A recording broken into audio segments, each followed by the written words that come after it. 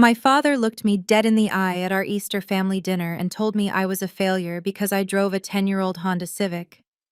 He pointed to my younger brother's rented luxury SUV in the driveway and told me that was what real success looked like. He told me my little computer hobby was cute, but it would never pay the bills. He did not know that 3 days prior that little computer hobby had just been valued at $500 million. He did not know that I was not just a freelance coder, but the majority shareholder of the logistics company that was currently keeping his employer from going bankrupt.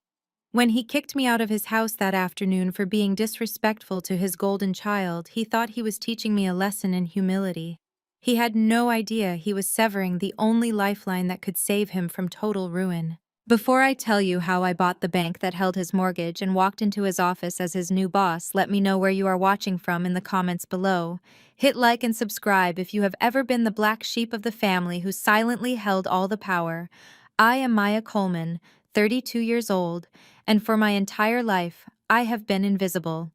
I pulled my faded silver 2015 Honda Civic into the driveway of my parents' house in Atlanta. It was Easter Sunday, a day meant for resurrection and new beginnings, but in the Coleman household, it was just another day for performance art. I checked my reflection in the rearview mirror. No makeup, a simple gray hoodie and jeans. I grabbed the large bowl of homemade potato salad from the passenger seat. I had spent 3 hours making it from scratch using my grandmother's secret recipe, the one nobody else in the family bothered to learn. As I stepped out, a massive shadow eclipsed me. It was a brand new jet black Mercedes G-Wagon pulling up right next to my car, blocking me in.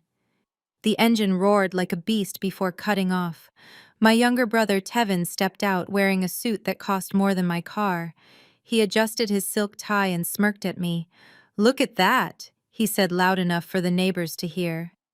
"Maya, you are still driving this tin can. I thought you said business was good." I tightened my grip on the salad bowl. "It is reliable, Tevin. It gets me from point A to point B."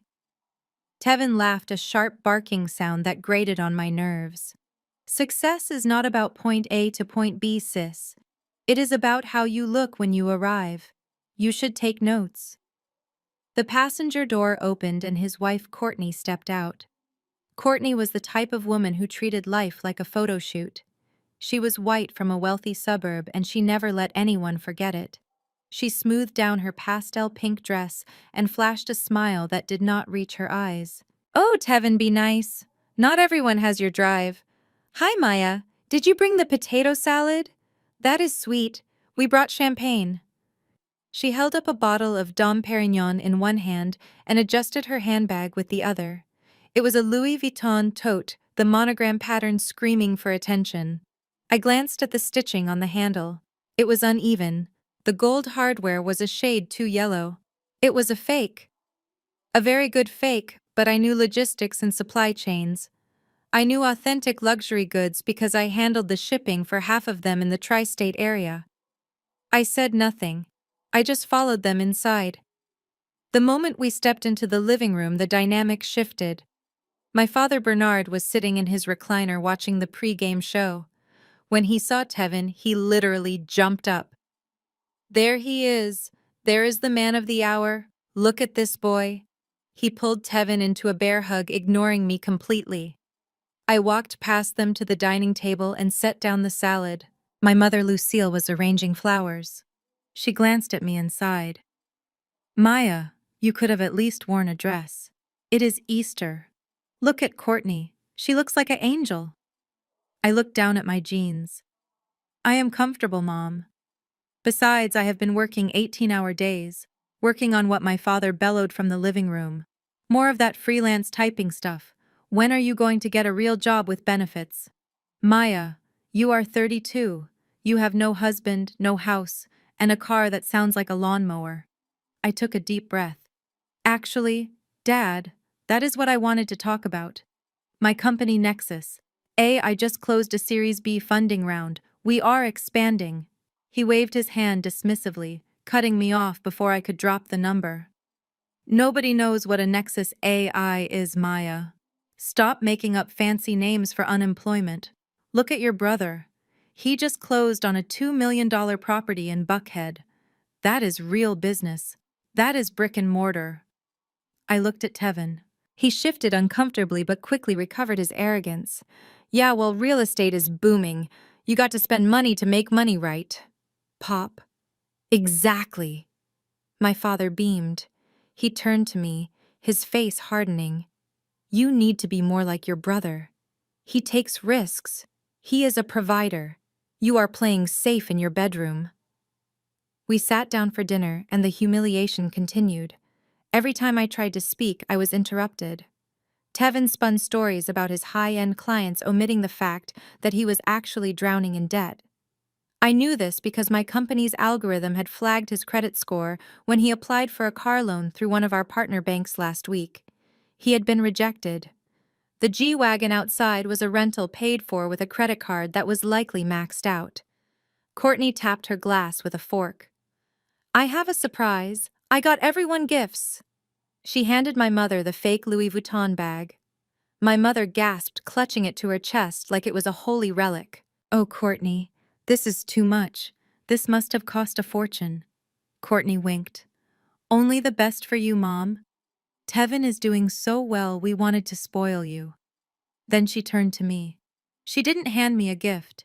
Instead, she leaned forward, her voice dropping to that patronizing tone people use for children or pets. Maya. I was thinking.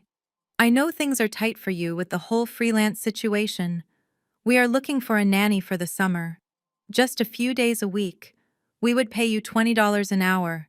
It is under the table so you do not have to worry about taxes. It is better than nothing, right? The table went silent. $20 an hour. I was the CEO of a company valued at $500 million. My hourly rate for consulting was $5,000. And she was offering me $20 to watch children that didn't even exist yet. My father chuckled. That is a generous offer, Courtney. You should take it, Maya. Swallow that pride and learn some responsibility. I felt the blood rushing to my ears. I placed my fork down slowly. The metal clicked against the china, the only sound in the room. I looked at Courtney, then at Tevin, then at my father. I am not a babysitter, I said, my voice steady. And I do not need your charity. My father slammed his hand on the table. Watch your tone. They are trying to help you. You are ungrateful. That is your problem. You have always been ungrateful. I stood up. I lost my appetite. I am going to wash the dishes. I walked into the kitchen, my heart pounding against my ribs. I needed to get away from them before I said something that would reveal everything. I turned on the faucet, letting the hot water scald my hands. I scrubbed the pots aggressively, channeling my rage into the sponge. Through the doorway, I could hear them laughing. They were laughing at me. 10 minutes later, my mother walked into the kitchen. For a second, a foolish part of me thought she came to check on me to apologize for Dad's harsh words. But she didn't pick up a towel to dry. She leaned against the counter, crossing her arms. You are embarrassing us, Maya, she said coldly. I stopped scrubbing. I am embarrassing you. Courtney just insulted me in front of everyone and Dad called me a failure. My mother shook her head. Courtney was being kind. She sees you struggling. We all see you struggling. Why do you have to be so difficult? Why can't you just fit in? I turned to face her. Fit in? You mean lie. You want me to lie about my life like Tevin. Don't you dare speak about your brother like that, she snapped. He is under a lot of pressure. He is carrying the family legacy. That is why your father and I made a decision. She paused, waiting for the blow to land. We are updating our will. We are leaving the house to Tevin. The world seemed to tilt on its axis. This house was where I grew up. I had paid for the new roof 3 years ago, when Dad was short on cash, though I did it anonymously so his ego wouldn't be bruised. You are giving the house to Tevin, I asked, my voice barely a whisper. He has a family to build, Maya. He needs the asset. Well, you are a girl. You are single. You can take care of yourself. You are used to living small. Tevin needs a foundation. It wasn't about the money. I could buy this neighborhood 10 times over. It was the message. The message was clear. I was not an investment. I was not a priority. I was simply the background noise in the movie of Tevin's life. I dried my hands on a paper towel, moving slowly, deliberately. The sadness that had been weighing down my chest suddenly evaporated. In its place, something cold and sharp settled in. It was the clarity of a business decision. "Okay, Mom," I said. "I understand perfectly." She blinked, surprised by my lack of a fight. "Good. I am glad you are finally being reasonable. Now finish up here and come apologize to Courtney. She is upset that you rejected her offer." I watched my mother walk back into the living room, back to the warmth of the family that had just evicted me from their future. I looked down at my phone. I had a missed call from my chief operating officer. We had a pending contract with a major automotive supplier that was looking for a new logistics partner. I unlocked my phone and looked at the name of the supplier. Coleman Heavy Transport, my father's employer. I opened my email app.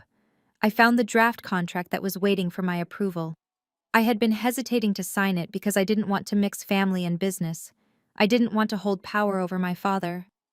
But standing there in that kitchen, smelling the faint scent of the fake Louis Vuitton leather that lingered in the air, I realized something. This wasn't family, this was just another transaction. And I was about to close the deal of a lifetime. I typed a quick reply to my COO. Proceed with the acquisition of the debt, and set up a meeting with their procurement director for Monday morning. I want to handle this one personally. I put my phone in my pocket and walked out the back door. I didn't say goodbye. I didn't take the potato salad. I got into my Honda Civic, the car they despised so much, and turned the key.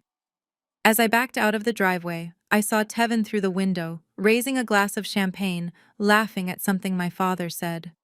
"Laugh while you can," I whispered to the empty car, "because tomorrow school is in session, and I am the principal." 2 weeks had passed since the Easter dinner, where my family made it clear where I stood in their hierarchy. I had not spoken to them since. I threw myself into my work at Nexus AI. We were in the middle of acquiring a smaller logistics firm in Chicago, and my days were filled with due diligence reports and conference calls. I was sitting in my corner office on the 42nd floor, looking out at the Atlanta skyline as the sun began to set. My phone buzzed on the mahogany desk. It was a request for a Zoom call. The notification read simply, "Family meeting, urgent." I hesitated. My finger hovered over the decline button. I knew nothing good could come from this. But curiosity, or perhaps a lingering habit of obedience, got the better of me. I accepted the call, but I kept my camera off. I wanted to see them, but I did not want them to see where I was. I did not want them to see the Italian leather chair I was sitting in, or the panoramic view behind me. The screen flickered to life.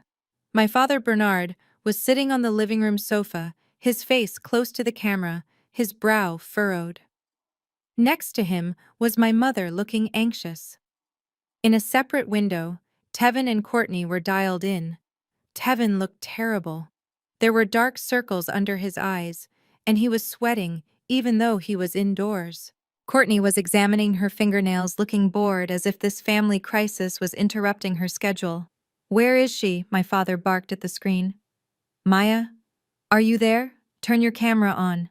"I am here." "Dad?" I said, keeping my voice neutral. "My camera is broken. What is the emergency?" Tevin cleared his throat.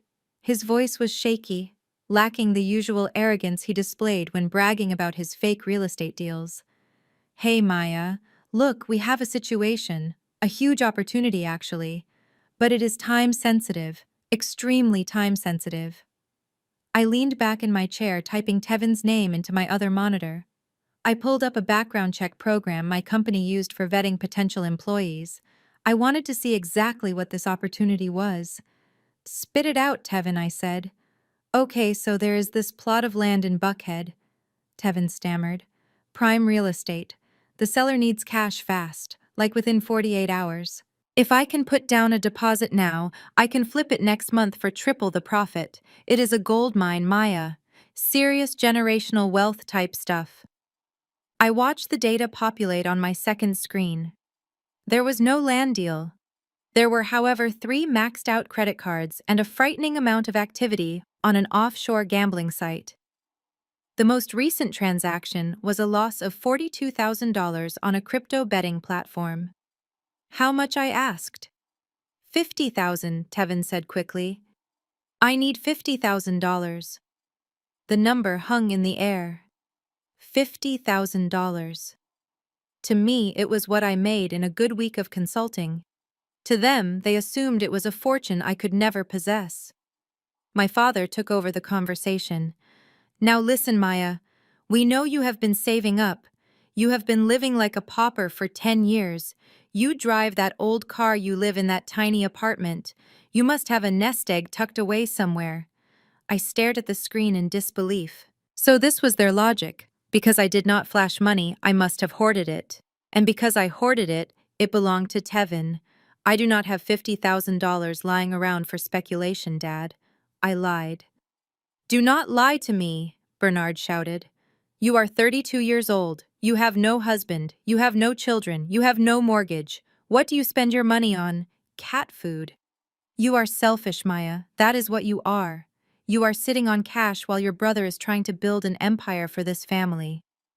Courtney chimed in, her voice dripping with that fake sweetness that made my skin crawl. Oh, Bernard, do not be too hard on her. Maybe she does not have the cash.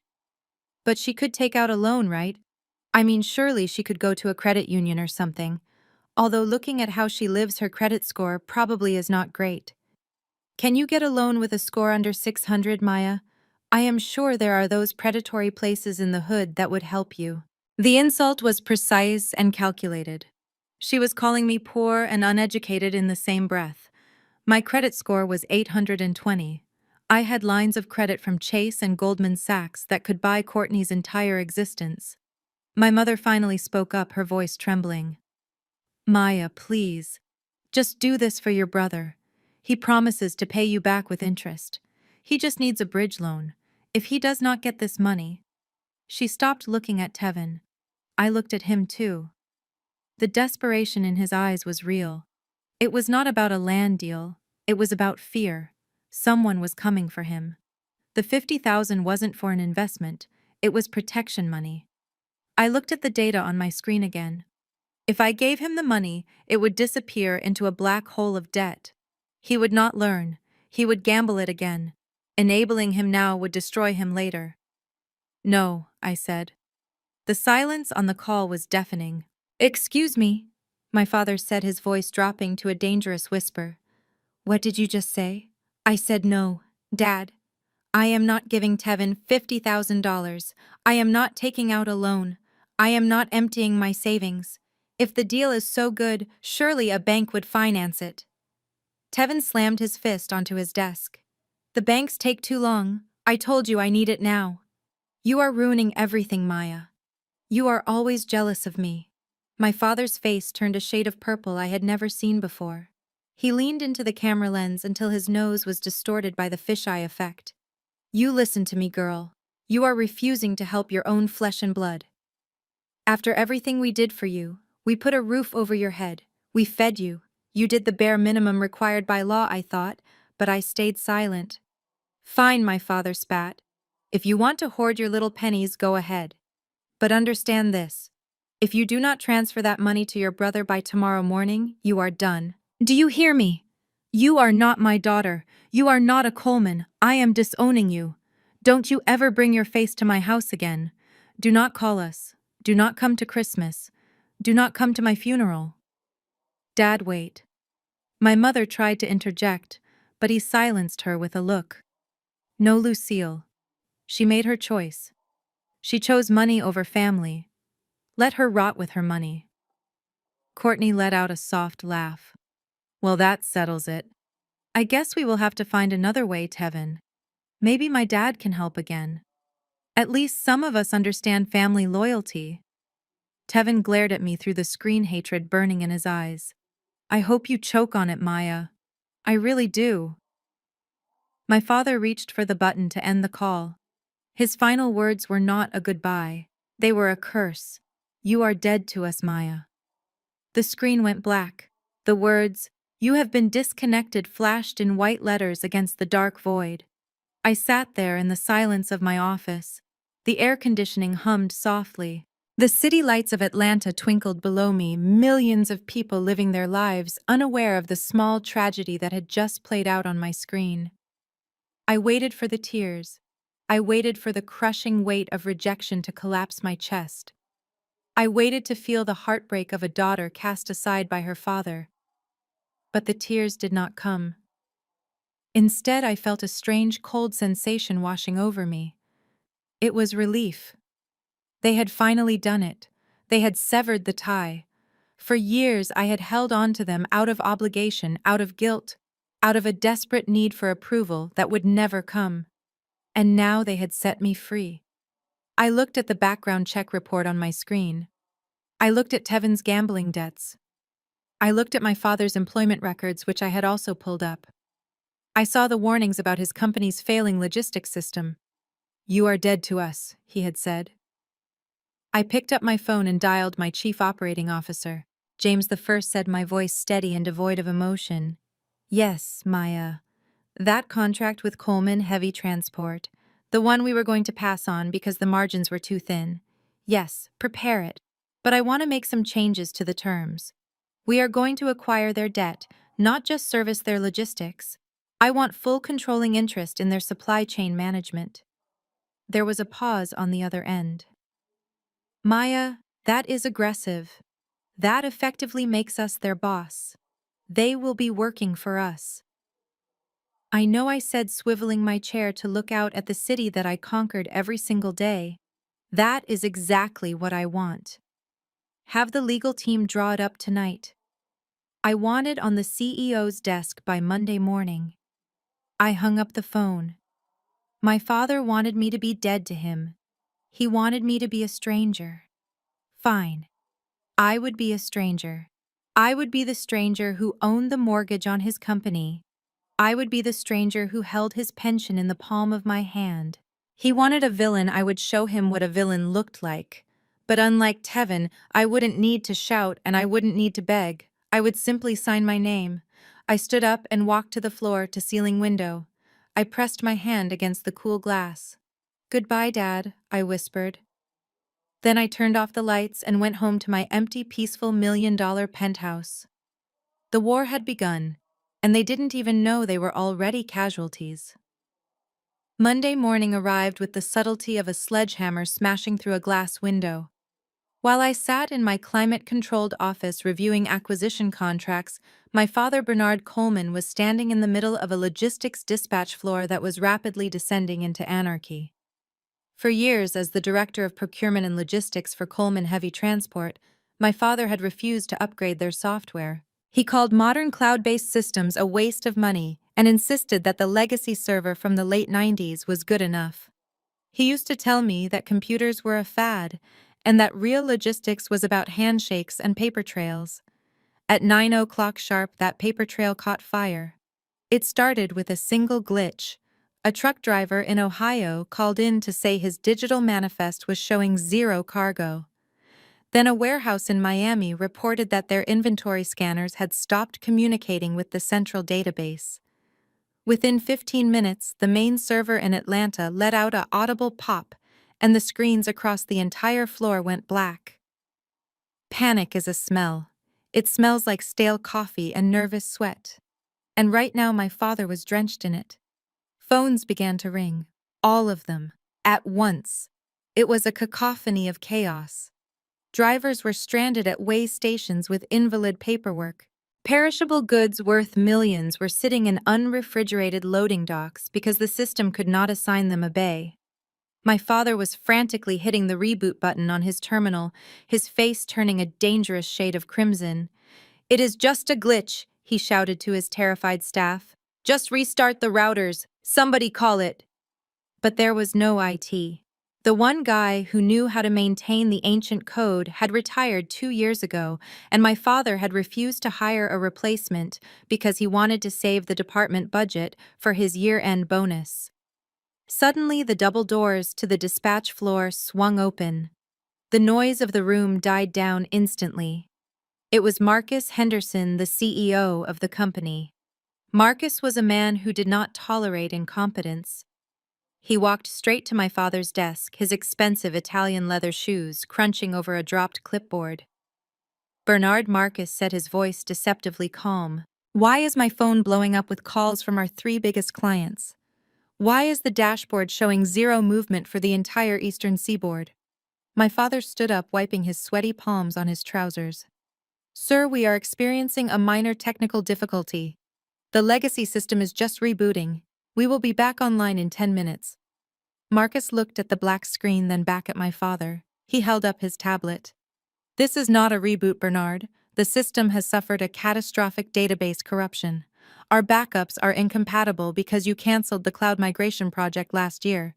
Do you know how much inventory is currently frozen in transit?" My father stammered. "A few $100,000, $10 million.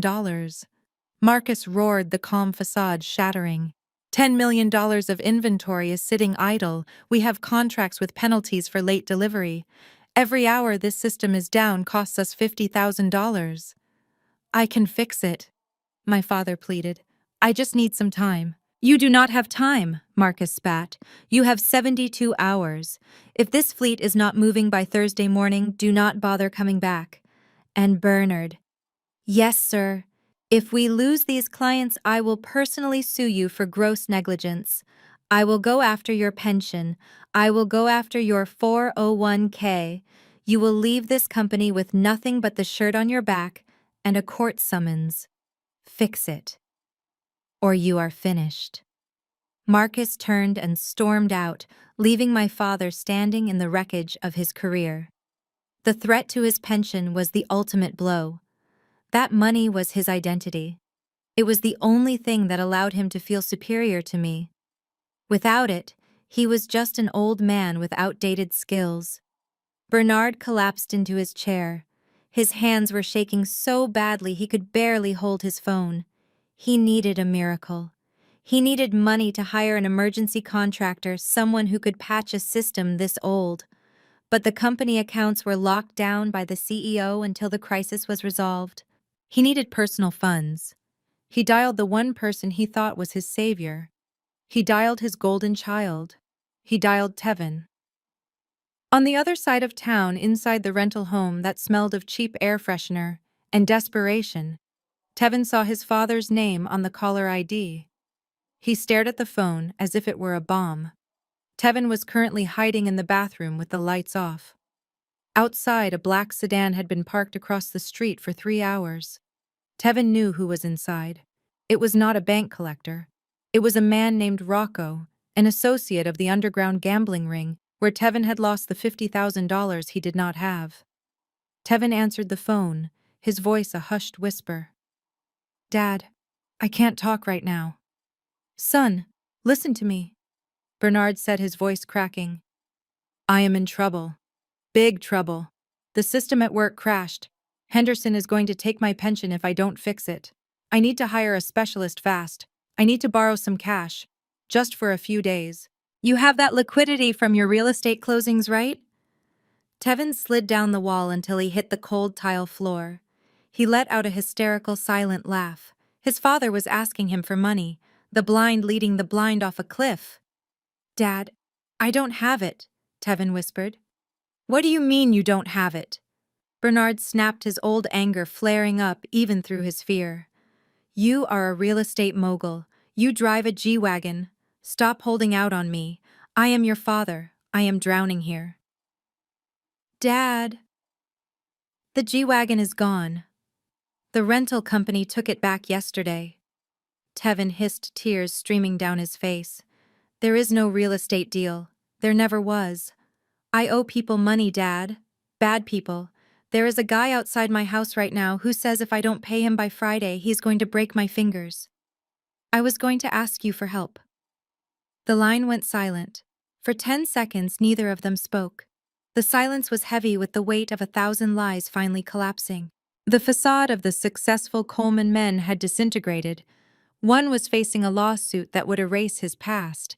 The other was facing violence that would erase his future. So Bernard whispered, his voice sounding very small. "We are both broke. Yeah, Dad, we are both broke." My father hung up the phone without saying goodbye. He sat alone in the chaos of the dispatch floor. The phones were still ringing. His staff was looking at him for leadership, but he had none to give. He realized with a sickening lurch that he had bet on the wrong horse. He had poured all his love, resources, and pride into Tevin, and Tevin was a hollow shell. And somewhere in the back of his mind a thought began to form. A thought he tried to suppress because it tasted like bile. There was one other Coleman. One he had banned from his house. One he had mocked for driving a Honda. One who worked in computers. He opened his browser. His hands trembled as he typed into the search bar. Logistics. AI Solutions. Atlanta. The first result popped up. Nexus AI. He clicked the link. He did not look at the About Us page. He did not want to know. He just looked for the phone number. He needed a vendor. He needed a solution. He told himself it was just business. He told himself he was doing them a favor by offering them a contract. He picked up the office phone and dialed the number for Nexus AI. Miles away in my glass tower, a light blinked on my console. My assistant Sarah looked up at me through the glass wall of my office. She pointed to the line. "Maya," she said over the intercom. "It is a Bernard Coleman from Coleman Heavy Transport. He sounds frantic. He is asking for the manager." I spun my chair around to face the window. A slow, cold smile spread across my face. The trap was sprung. The villain had crashed, and now he was crawling out of the wreckage straight toward the person he hated most. "Put him through to the sales team," I said calmly. "But tell them to triple the standard rate, and tell them we require full payment up front." I watched the city of Atlanta below me. It was a beautiful day for a hostile takeover. My father wanted a lesson in business. I was about to teach him the most expensive lesson of his life. The 72-hour countdown had begun. Inside the glass-walled office of the Director of Procurement at Coleman Heavy Transport, the air was thick with the scent of stale coffee and impending doom. My father, Bernard Coleman, sat alone in the dim light. The dispatch floor outside, usually a hive of activity, was eerily quiet. The drivers had been sent home. The warehouse workers were playing cards in the break room.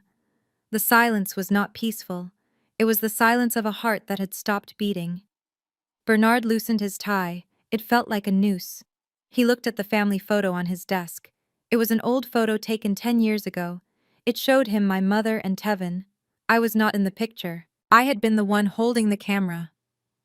He stared at Tevin's smiling face and felt a surge of bile rise in his throat. His golden boy, his investment.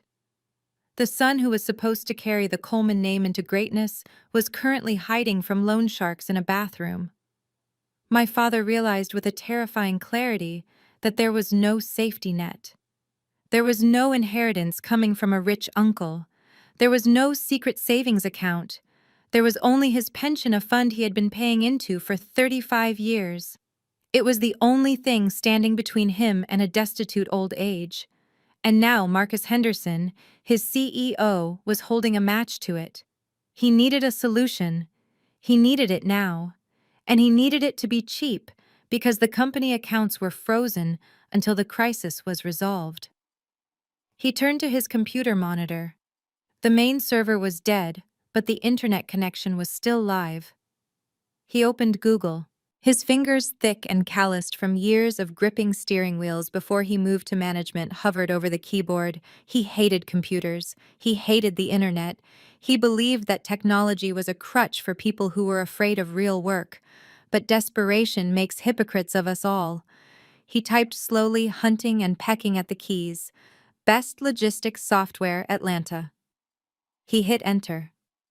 The screen flooded with results. Ads for expensive enterprise suites from Oracle and SAP filled the top spots. He ignored them. He knew he could not afford them, and their implementation time would be months, not hours. He scrolled down. He needed a miracle worker.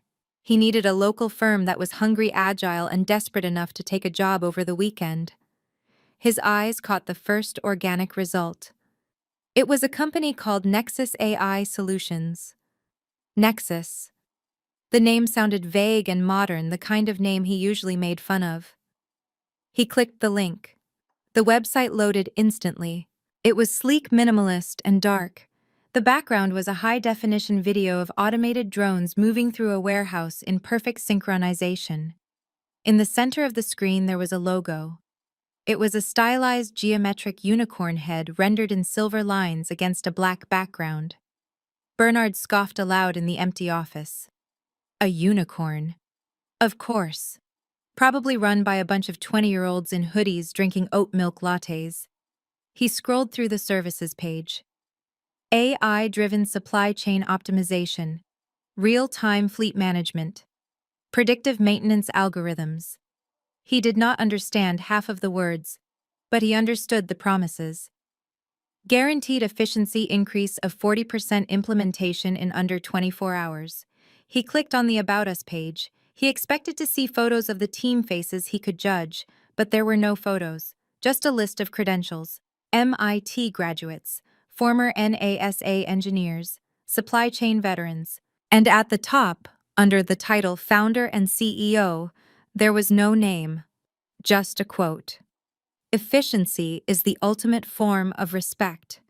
He rolled his eyes. Pretentious nonsense, he muttered. But then he saw the phone number at the bottom of the page. It was a local Atlanta area code. He looked at the clock on the wall. It was 1 in the afternoon. He had wasted 4 hours feeling sorry for himself. He grabbed his office phone. He cleared his throat. He needed to sound like the Bernard Coleman of yesterday, the powerful director, the man who controlled millions of dollars in contracts. He needed to sound like he was the prize, not the beggar. He dialed the number.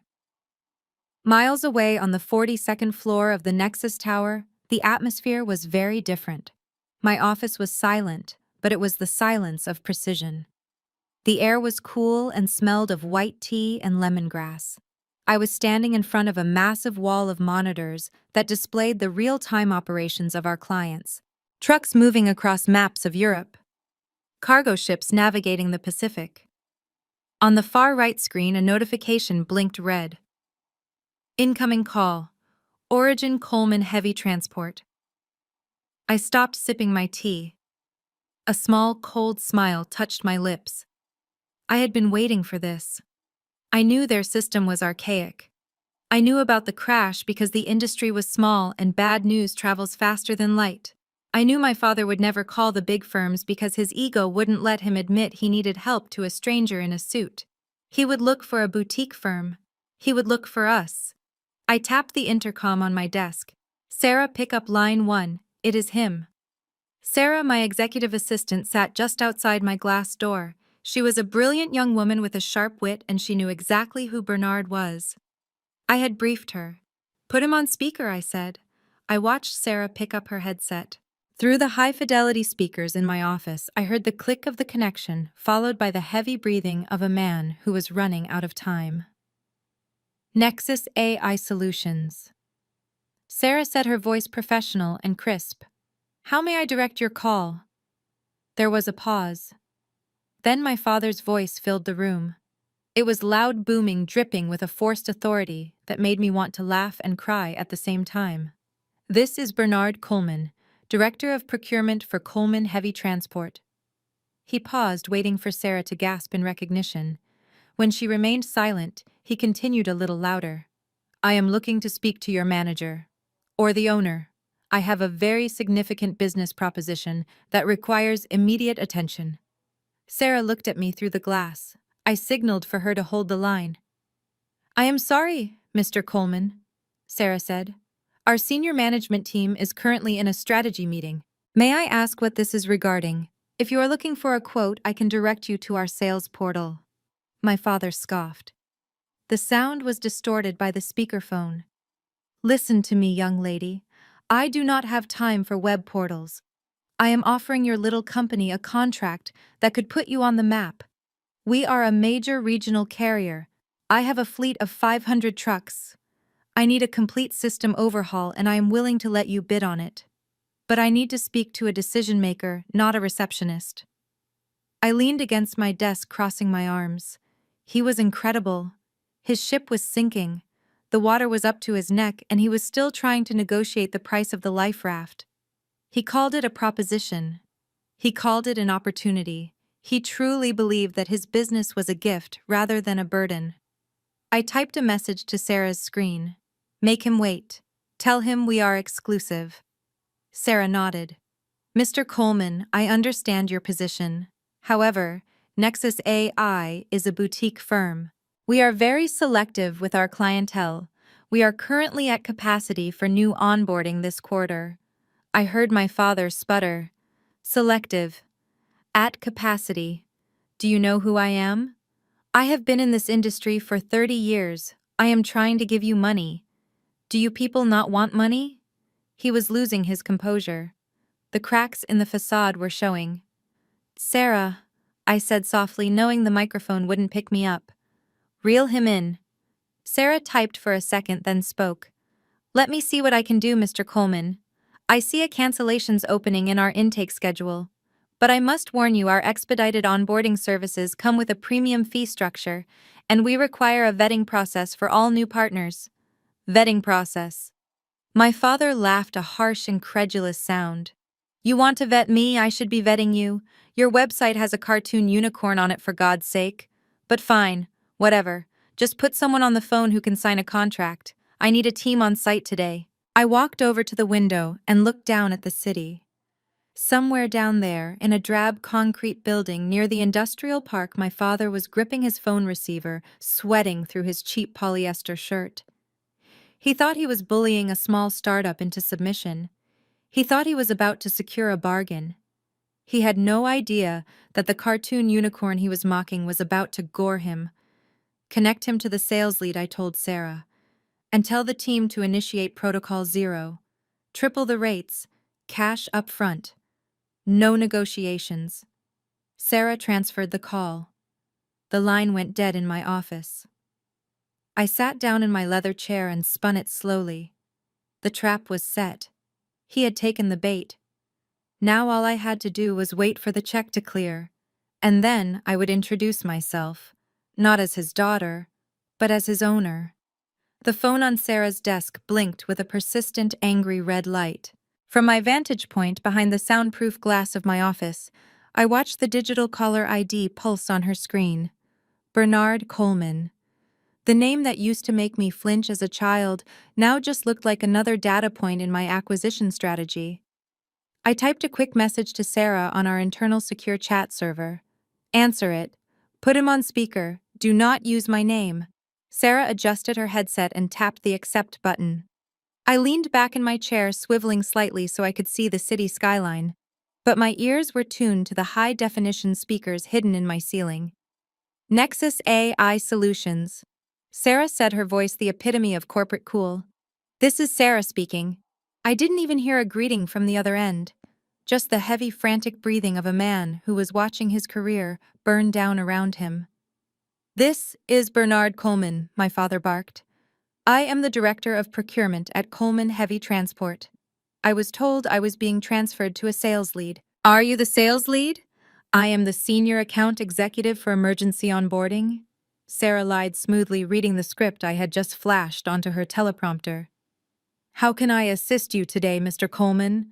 Listen, I need a team, and I need them yesterday. Bernard's voice was loud, distorting slightly over the line. Our internal tracking system has gone dark. I have $10 million of inventory sitting blind on the eastern seaboard. I need your AI thing to map our routes and get the inventory codes back online. Your website says you can do rapid deployment. Is that true, or is that just marketing fluff? It is not fluff. Mr. Coleman, Sarah replied, typing furiously on her keyboard as she spoke. However, rapid deployment is typically reserved for our subscription partners. For a one-time emergency intervention, the logistical load is significant. I don't care about the load, Bernard interrupted. I care about the results. Look, I have been in this game for 30 years. I know how this works. I have a budget, but I also have needs. He lowered his voice, the tone shifting from aggressive to conspiratorial. It was a tone I knew well.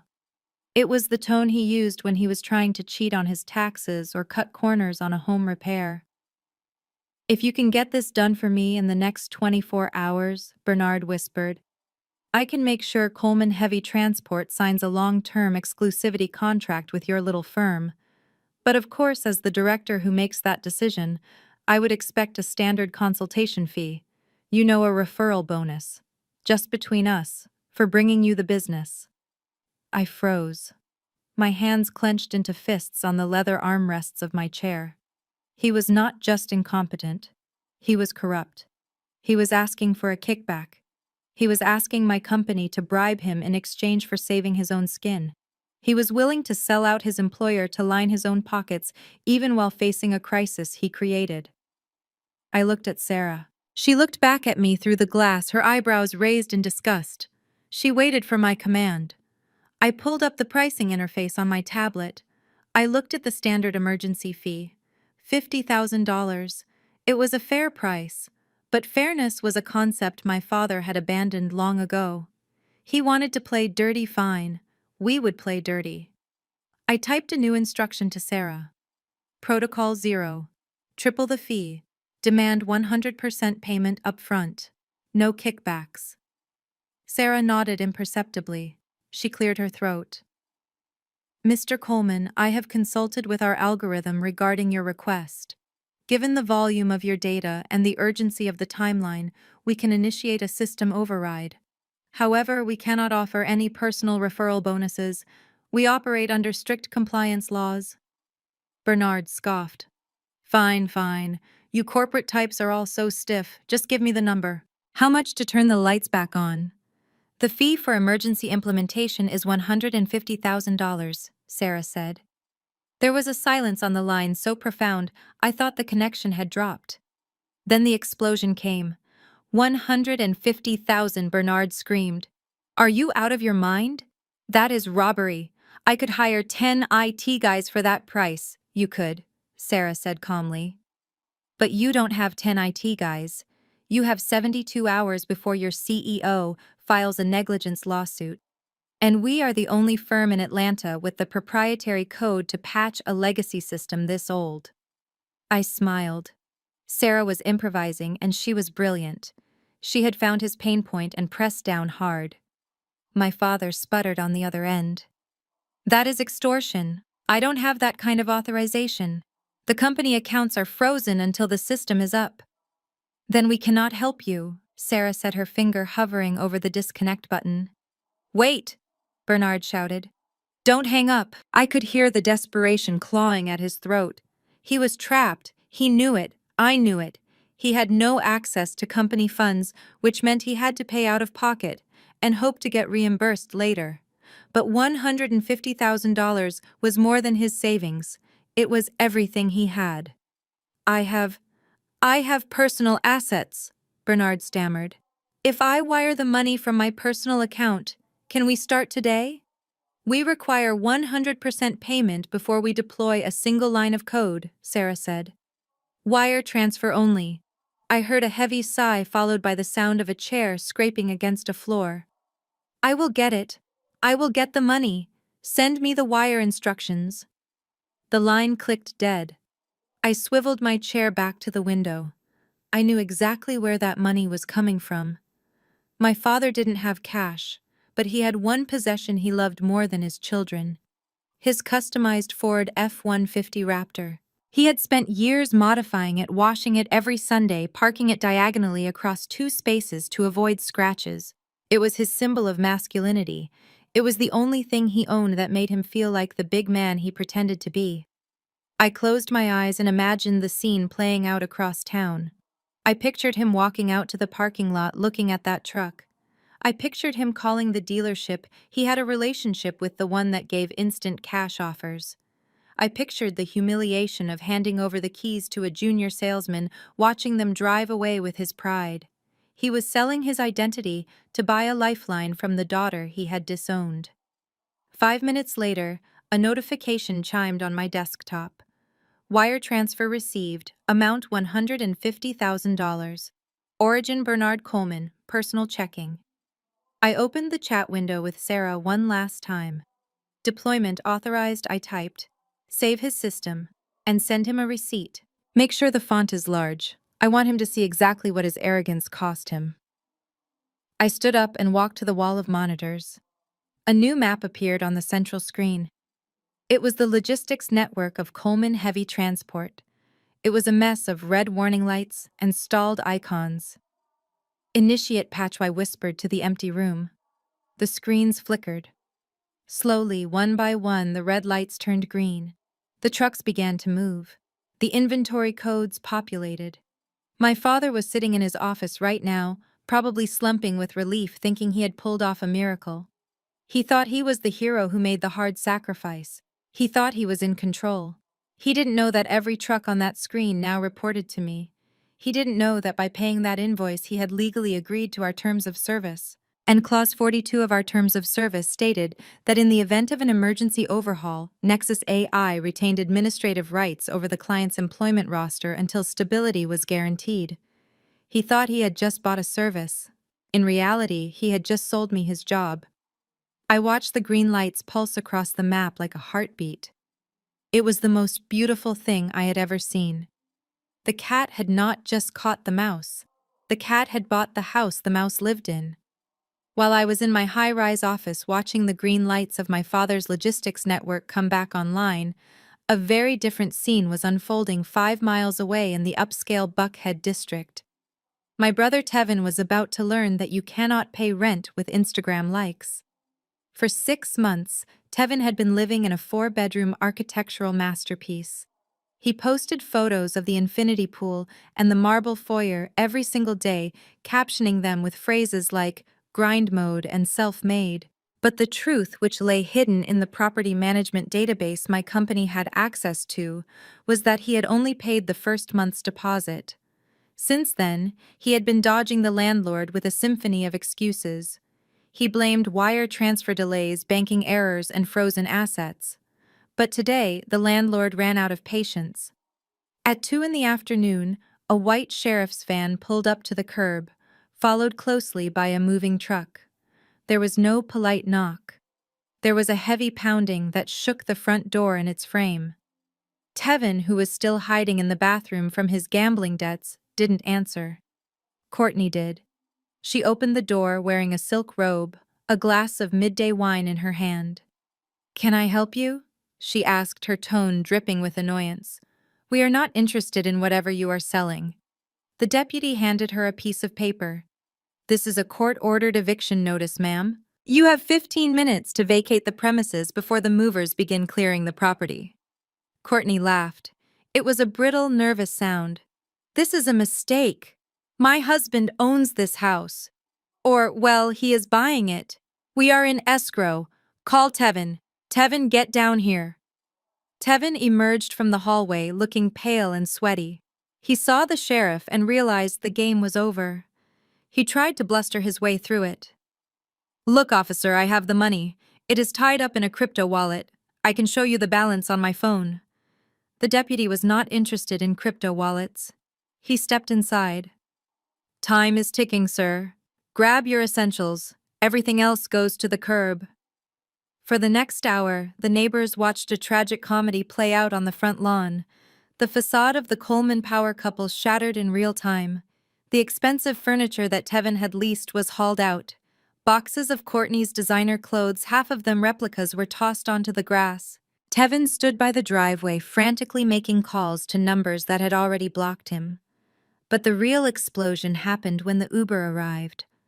Since the G-Wagon had been repossessed and my father had sold his truck, they had no way to move their things. They were standing on the sidewalk surrounded by garbage bags filled with their belongings, waiting for a stranger in a Toyota Camry to pick them up. Courtney finally snapped. She looked at the pile of bags, then at the house she was being kicked out of, and finally at Tevin. The mask of the supportive wife dissolved, revealing the ugly truth underneath. "You lied to me," she hissed. Her voice was loud enough for the neighbors to hear. "You told me you were a developer. You told me you had millions in liquidity." Tevin tried to grab her arm. "Baby, keep your voice down. It is just a cash flow problem. The market is down. I will fix it." "Don't touch me," she screamed, pulling away. You can't fix anything. You are pathetic. My father warned me about this. He warned me not to marry you. And then she said it. The words that had been lurking beneath her smile for years. The racism that she had covered up with expensive dinners and performative social media posts. He told me you were just another one of them, Courtney spat.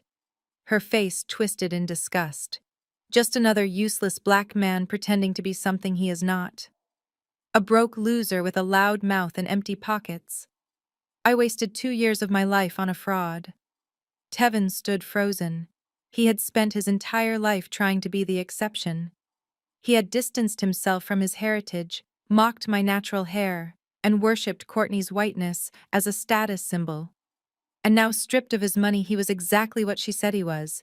To her, he was never a partner. He was a prop. And now that the prop was broken, she was discarding it.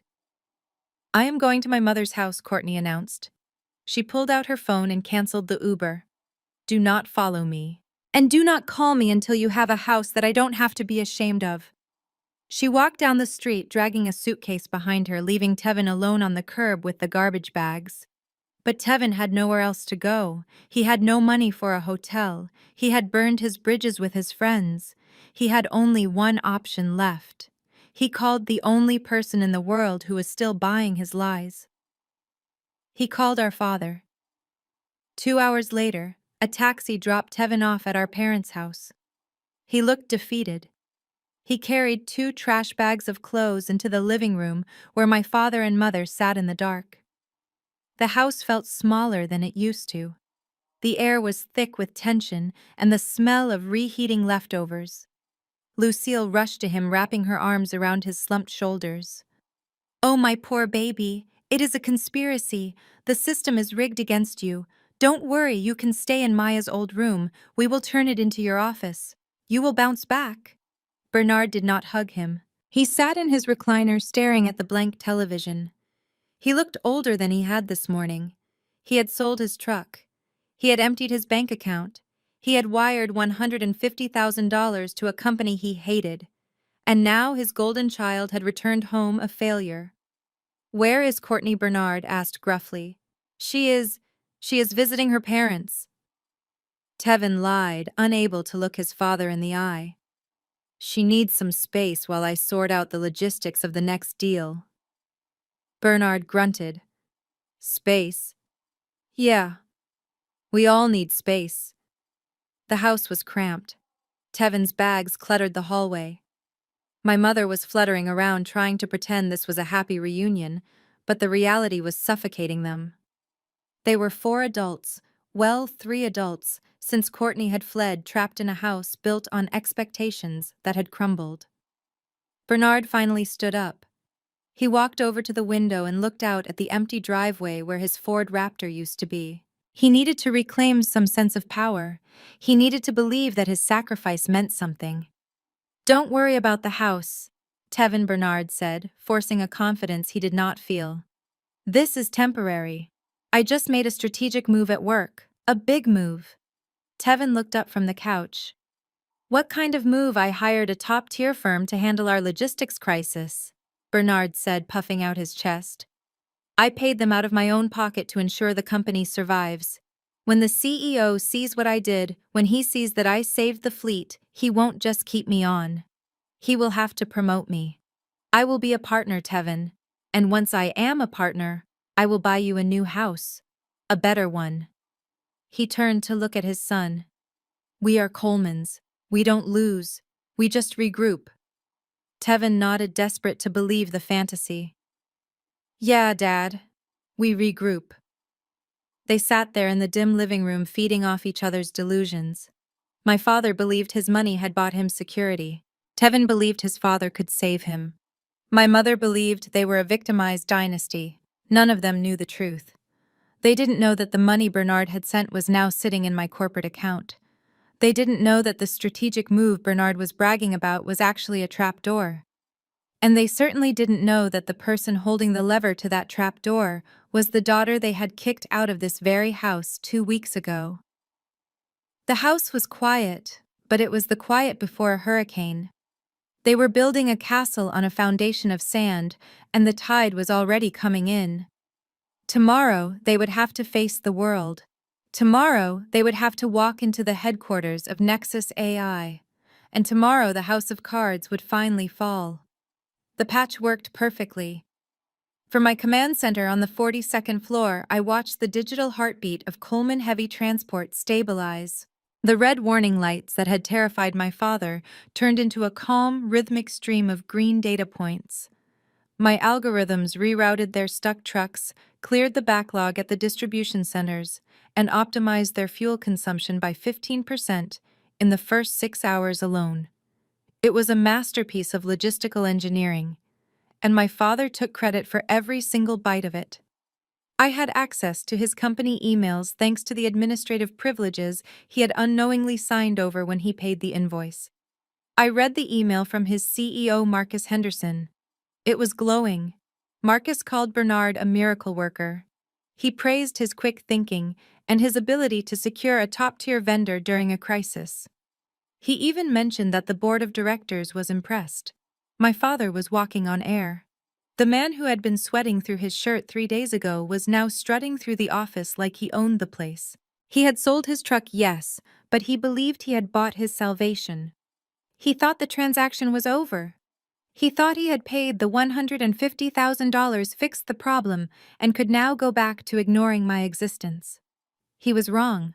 The transaction was just beginning. On Wednesday afternoon, I instructed Sarah to send the hook. It was an official email from the office of the CEO at Nexus AI. The subject line was bold and impossible to ignore. Strategic Partnership Proposal and Long-Term Maintenance Contract.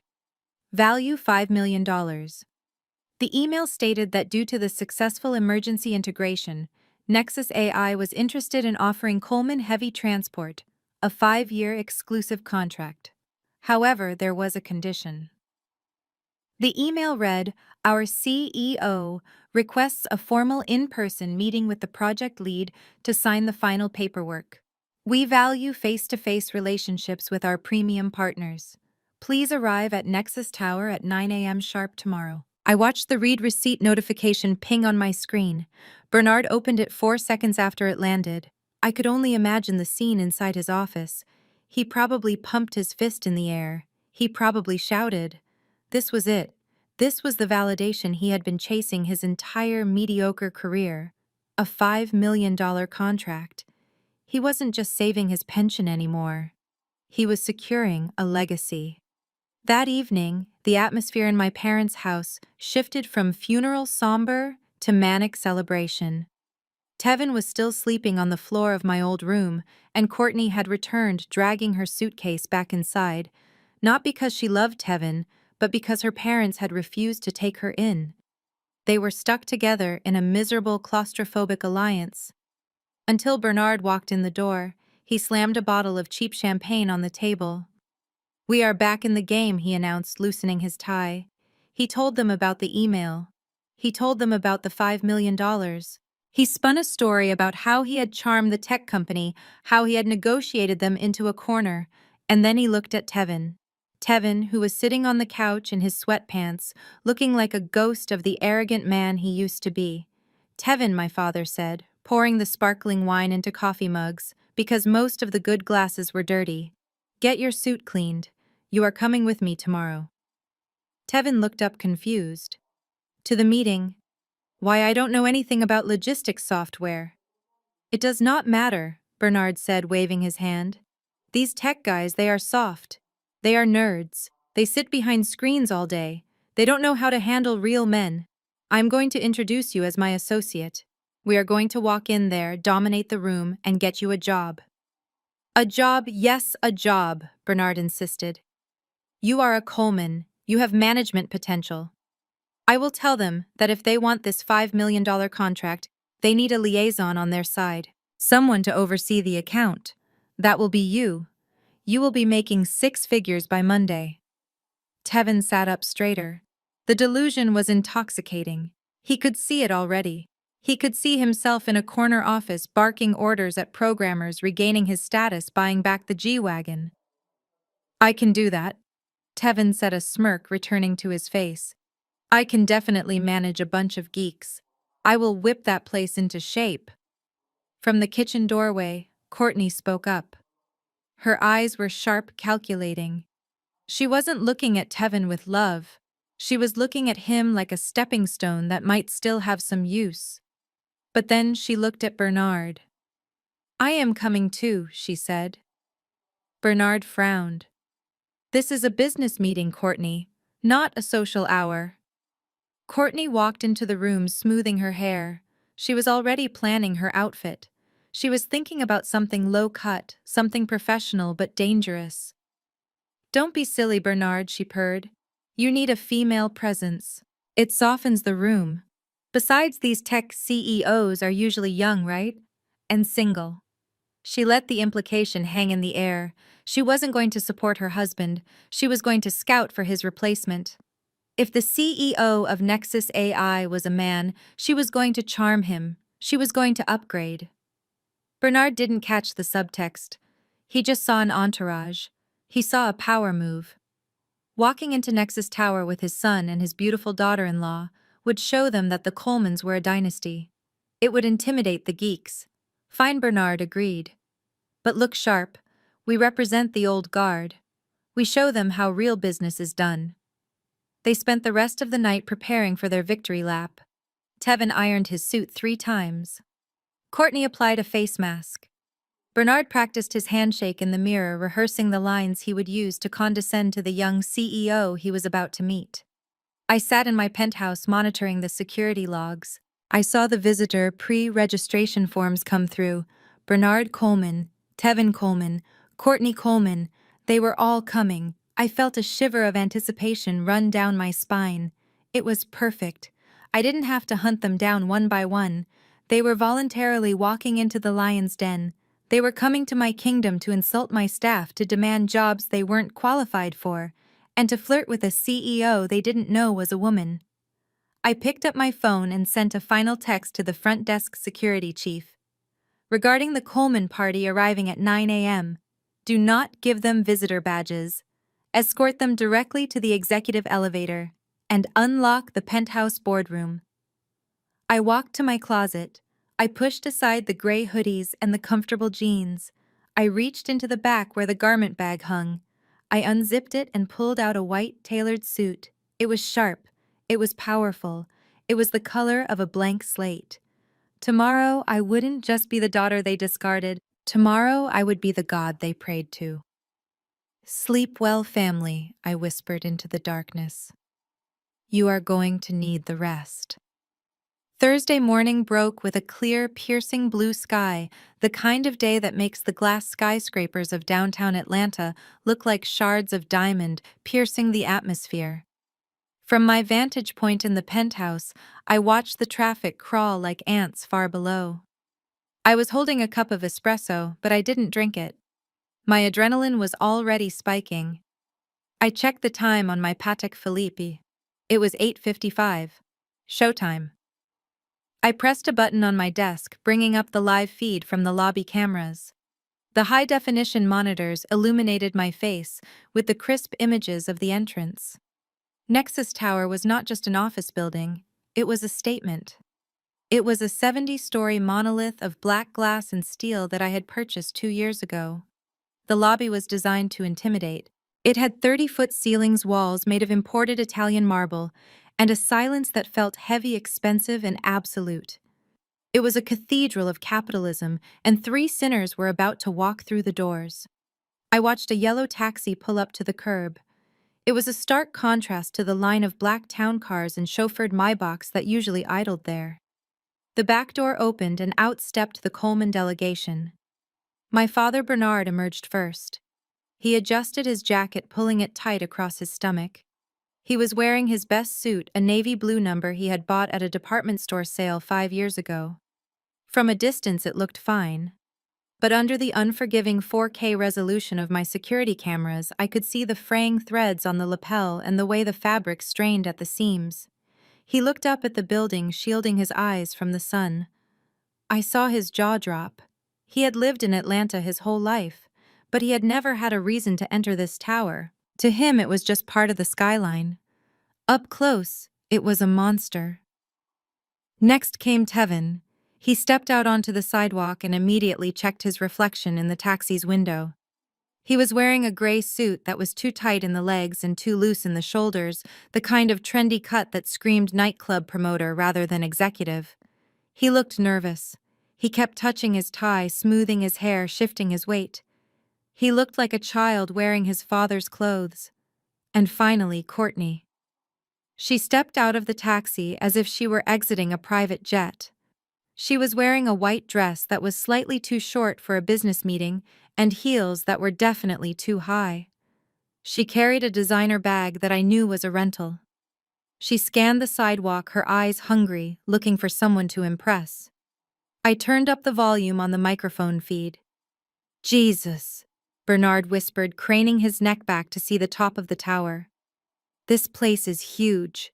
I didn't know they owned the whole building. They don't, Tevin said, trying to sound knowledgeable. They probably just lease a floor. Tech companies burn cash. They don't buy real estate. They walked toward the revolving doors. As they entered the lobby, the ambient noise of the city vanished, replaced by the soft hum of the climate control system and the rhythmic clicking of their shoes on the polished stone floor. They stopped in the center of the atrium. The space was vast. To their left, a waterfall cascaded down a sheer rock wall, the sound of the water engineered to be soothing yet powerful. To their right, a holographic display projected real-time global shipping routes in the air, spinning slowly. Courtney grabbed Tevin's arm, her fingernails digging into his sleeve. "Oh my God," she whispered, her voice echoing slightly. "Tevin, look at this floor. This is Calicotta gold marble. Do you know how much this costs per square foot? This lobby is worth more than our entire neighborhood." Tevin wasn't looking at the floor. He was looking at the VIP valet circle visible through the rear glass wall. 3 cars were parked there waiting for their owners.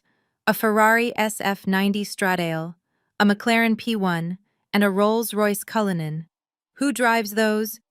Tevin asked, his voice cracking with envy. "Probably the investors," Bernard said dismissively, though I could see a bead of sweat trickling down his temple. "Or maybe they are just for show. Don't be impressed, son. It is all smoke and mirrors. Remember, we are here to do business. We have the leverage." Bernard marched toward the security desk, trying to project an air of authority. The desk was a solid block of obsidian manned by 3 security officers wearing tactical suits, not the sleepy mall cops he was used to. "Name," the lead officer asked without looking up from his screen. Bernard cleared his throat. "Bernard Coleman, Director of Procurement for Coleman Heavy Transport. I have a 9 a.m. meeting with your CEO. I have my associates with me." The officer looked up. His face was stone. He didn't smile. He didn't acknowledge Bernard's title. He simply pointed to a sleek waist-high pillar with a glass scanner on top. "We need to scan your ID and take a biometric reading," the officer said. "Procedure. Biometric." Bernard sputtered. "You want my fingerprints? I am not a criminal. I am a partner." "Retina scan," the officer corrected. "Please look into the lens." Bernard hesitated. He looked at the machine like it was going to steal his soul. "This is ridiculous," he muttered to Tevin. "Just a power play. They are trying to rattle us." He leaned forward, placing his chin on the rest. A green laser swept across his eye. The machine chirped. "Clear," the robotic voice announced. "Visitor Bernard Coleman. Clearance level restricted." "Restricted?" Bernard frowned. "What does that mean?" "It means you go where we tell you to go," the officer said. He pointed to the far bank of elevators. "Take elevator bank C. It will take you directly to the top floor. Do not stop at any other level." Tevin and Courtney stepped up next. Tevin tried to joke with the guard. "Cool setup you got here, man. Like something out of Iron Man, right?" The guard didn't blink. "Look into the lens, sir." They finished the process and walked toward the elevators. I could see the tension radiating off them. They were small fish who had just jumped into a shark tank and the water pressure was already crushing them. Courtney pulled out her compact mirror and aggressively reapplied her lipstick. "Okay, listen to me," she hissed to the men. "When we get up there, let me do the talking initially. I will break the ice. Men like this. They like a woman who is confident. Tevin, you just agree with whatever your dad says. And Bernard, try not to look so sweaty." "I am not sweaty," Bernard snapped, wiping his forehead with a handkerchief that was already damp. "It is just humid in here." "It is 68 degrees in here," Dad Tevin said quietly. They reached the elevator doors. There were no buttons. The doors simply slid open as they approached, sensing their biometric signatures. The interior of the elevator was all glass, offering a terrifying view of the shaft as it ascended. They stepped inside. The doors slid shut, sealing them in. I sat back in my chair. The ride from the lobby to the penthouse took 45 seconds. 45 seconds for them to ascend from the street where they were nobodies to the sky where they would be exposed. I switched the camera feed to the interior of the elevator. Bernard was gripping the handrail, his knuckles white. "I hope this CEO speaks English," he grumbled. "I don't want to deal with some translator. Or some kid using slang I don't understand." "I hope he is hot," Courtney whispered to herself, adjusting her cleavage. "I hope he offers me a signing bonus," Tevin muttered, tapping his foot. I took a slow sip of my espresso. The bitterness was perfect. They had no idea that the elevator wasn't just taking them to a meeting room, it was taking them to a courtroom. And the judge, jury, and executioner was waiting for them behind a mahogany desk, wearing the white suit of their nightmares. "Arrival in 10 seconds," the elevator voice announced. I stood up and walked to the center of the boardroom. I turned my back to the door facing the window. I wanted the first thing they saw to be my silhouette against the sun. I wanted them to feel the shadow before they saw the face. The elevator chimed. The doors opened. "Welcome to Nexus," I whispered.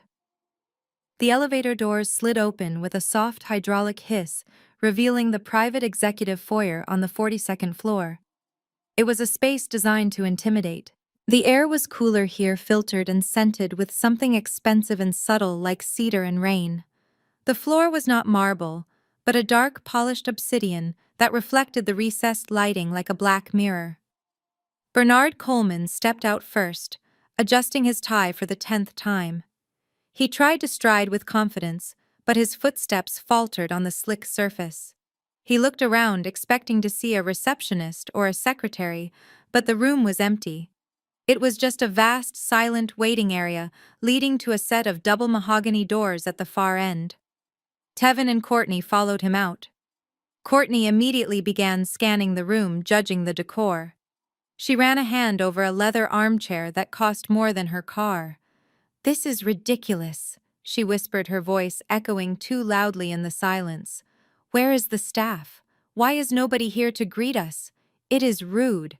They are probably preparing the conference room," Bernard said, trying to sound authoritative. "This is a power move. They want us to wait. They want us to feel small, but don't let them win. Stand tall. Remember, we have the $5 million contract. We are the ones doing them a favor." Tevin wandered away from them, walking toward the left wall of the foyer. He was too nervous to sit down. He needed to move. He was rehearsing his pitch in his head. "Hi, I am Tevin Coleman. I am the new liaison. I have extensive management experience." He muttered the lies under his breath, trying to make them sound true. He reached the far wall and stopped. The entire left side of the foyer was dominated by a massive art installation. It was a gallery wall, but it held only one image. It was a floor-to-ceiling portrait, easily 12 feet high, printed on brushed aluminum. It was a black and white photograph shot in high contrast. The lighting was dramatic, highlighting the sharp angle of the subject's jaw, the strength in the posture, and the piercing intelligence in the eyes. Tevin stared at it. He blinked. He tilted his head. The face in the portrait was familiar. It was a face he had known his entire life. But the context was so wrong, so alien that his brain refused to process the visual data.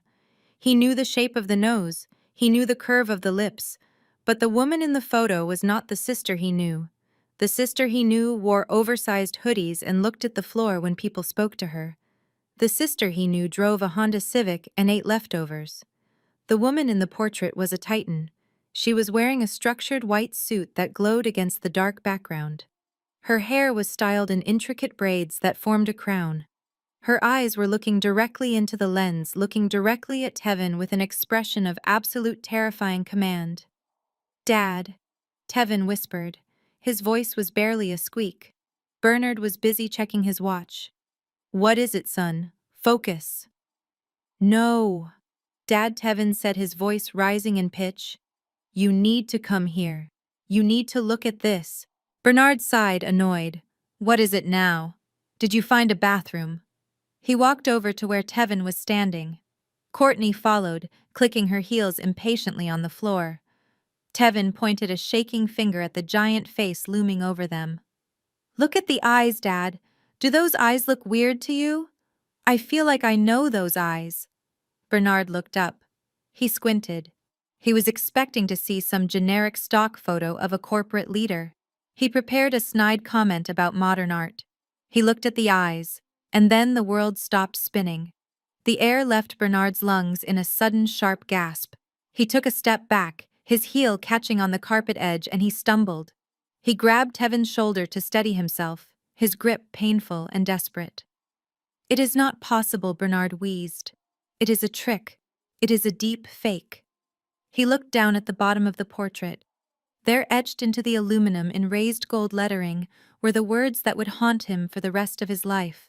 Maya Coleman, founder and CEO. Nexus AI Solutions. Courtney pushed past them. "What are you two staring at? Who is Maya Coleman?" She stopped. She looked up. She read the name. The color drained from Courtney's face so fast it looked like she had been slapped with a bag of flour. Her mouth opened, but no sound came out. Her brain was trying to reconcile the two versions of reality.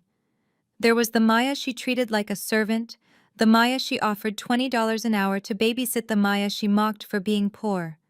And then there was this Maya, the Maya who owned the building, the Maya who owned the company, the Maya who was currently staring down at them from a 12-foot metal throne. "Oh my God," Courtney whispered. "She is the owner." The realization hit them like a physical blow. The silence of the room was suddenly filled with the deafening roar of their own stupidity. Every interaction of the last week replayed in Bernard's mind. The phone call, the rude demands, the kickback he asked for, the $150,000 he wired. He had wired his life savings to his own daughter. He had sold his truck to pay his own daughter. He had tried to bribe his own daughter. And she had taken it. She had taken the money, she had taken the job, and she had invited them here. Why? Tevin whimpered. Why would she do this? Why didn't she tell us? Because we didn't ask. Courtney said, her voice trembling. We never asked. We just assumed she was nothing. The sound of an object hitting the floor shattered the moment. Courtney's hand had gone numb. Her phone, the one she used to check her social media likes, slipped from her fingers and crashed onto the obsidian tile. The screen shattered into a spiderweb of cracks, a perfect metaphor for the life she had built. Bernard felt his knees give way. He slumped against the wall, sliding down until he was crouching beneath the giant image of his daughter. He looked up at her chin, unable to meet her eyes even in a photograph. She owns the debt, Bernard whispered, his voice sounding like dry leaves. I signed the contract. Clause 42. The vendor retains administrative rights. She owns the company. She owns my job. She owns my pension. Tevin looked at the double mahogany doors at the end of the room. They seemed to grow larger, more ominous. She is in there, Tevin said. She is waiting for us. Courtney bent down to pick up her broken phone. Her hands were shaking so badly she couldn't grip it. We have to leave. We have to go. We can't go in there. We can't leave, Bernard said, staring at the gold letters. She has my money. She has everything. If we leave, we die. If we go in there. He didn't finish the sentence. If they went in there, they would have to face something worse than death. They would have to face the truth. Suddenly, the double mahogany doors clicked. The sound was loud, sharp, and final. The doors began to swing open slowly, revealing the bright white light of the boardroom beyond. A figure stood in the center of the light, silhouetted against the panoramic window. The portrait on the wall was just a picture. The nightmare was standing in the next room. Bernard tried to stand up, but his legs were like jelly. He had to use the wall to hoist himself up. He straightened his cheap suit. He wiped the sweat from his upper lip. He looked at his son and his daughter-in-law. They looked like frightened children. "God help us," Bernard whispered. He took the first step toward the open doors, toward Judgment Day. The glass doors of the elevator slid shut, sealing Bernard, Tevin, and Courtney inside a transparent capsule that began to rise silently toward the clouds. The air inside the cabin was pressurized and cool, but to the three of them it felt suffocating. They stood in a triangle of silence, staring at the floor, at the glass walls, at anything except each other. The image of the 12-foot-high portrait in the lobby was burned into their retinas. The gold letters spelling out Maya Coleman, founder and CEO, hung in the air between them like a toxic gas. Bernard was the first to break. He let out a short, strangled laugh that sounded more like a cough. He loosened his tie, his fingers fumbling with the knot. "It is a mistake," Bernard said, his voice shaking. "It has to be a mistake. Or a coincidence. Coleman is a common name." Tevin looked at his father, his eyes wide with fear. "Dad, it was her face. It was Maya. I know my own sister. That was her in the photo." "So what?" Bernard snapped, turning on his son. "So they took a picture of her. That does not mean anything. You know how these tech companies are. They are obsessed with diversity. They probably just picked her out of the typing pool to be the face of some marketing campaign. Look at us. We are inclusive. We hire women. It is just branding, Tevin. It is just a poster." Courtney nodded vigorously, her hoop earrings swinging. She was desperate to believe him. If the portrait was real, then her entire worldview was false. If Maya was rich, then Courtney was the fool. And Courtney Coleman refused to be the fool. "Exactly," Courtney said, her voice shrill. "Think about it logically. We know Maya. We know how she lives. She drives a 10-year-old Honda Civic with a dent in the bumper. She wears hoodies that look like she bought them at a thrift store. She brings potato salad to potlucks because she is too cheap to buy wine." Courtney turned to look at her reflection in the glass wall of the elevator as the city sank below them. "Rich people do not live like that." She continued, gaining confidence with every word. "I know what money looks like. Money is loud. Money is Louis Vuitton. Money is a G-Wagon. If she was the CEO of this building, why would she let us humiliate her for years? Why would she ask for $20 an hour to babysit? No. It doesn't make sense. She is probably just a mid-level manager who got a promotion, or maybe she is the executive assistant to the real CEO, and they just put her picture up for Employee of the Month." "Employee of the Month," Tevin repeated, grasping at the lifeline. "Yeah, that makes sense. It was a really big picture for an Employee of the Month, though." "They do things differently in tech," Bernard insisted. He wiped his sweaty palms on his trousers. "They exaggerate everything. Founder, CEO. These titles are meaningless nowadays. Everyone is a CEO on LinkedIn. It is just a fancy way of saying she pushes papers." The elevator passed the 20th floor. The cars below were becoming dots. The people were invisible.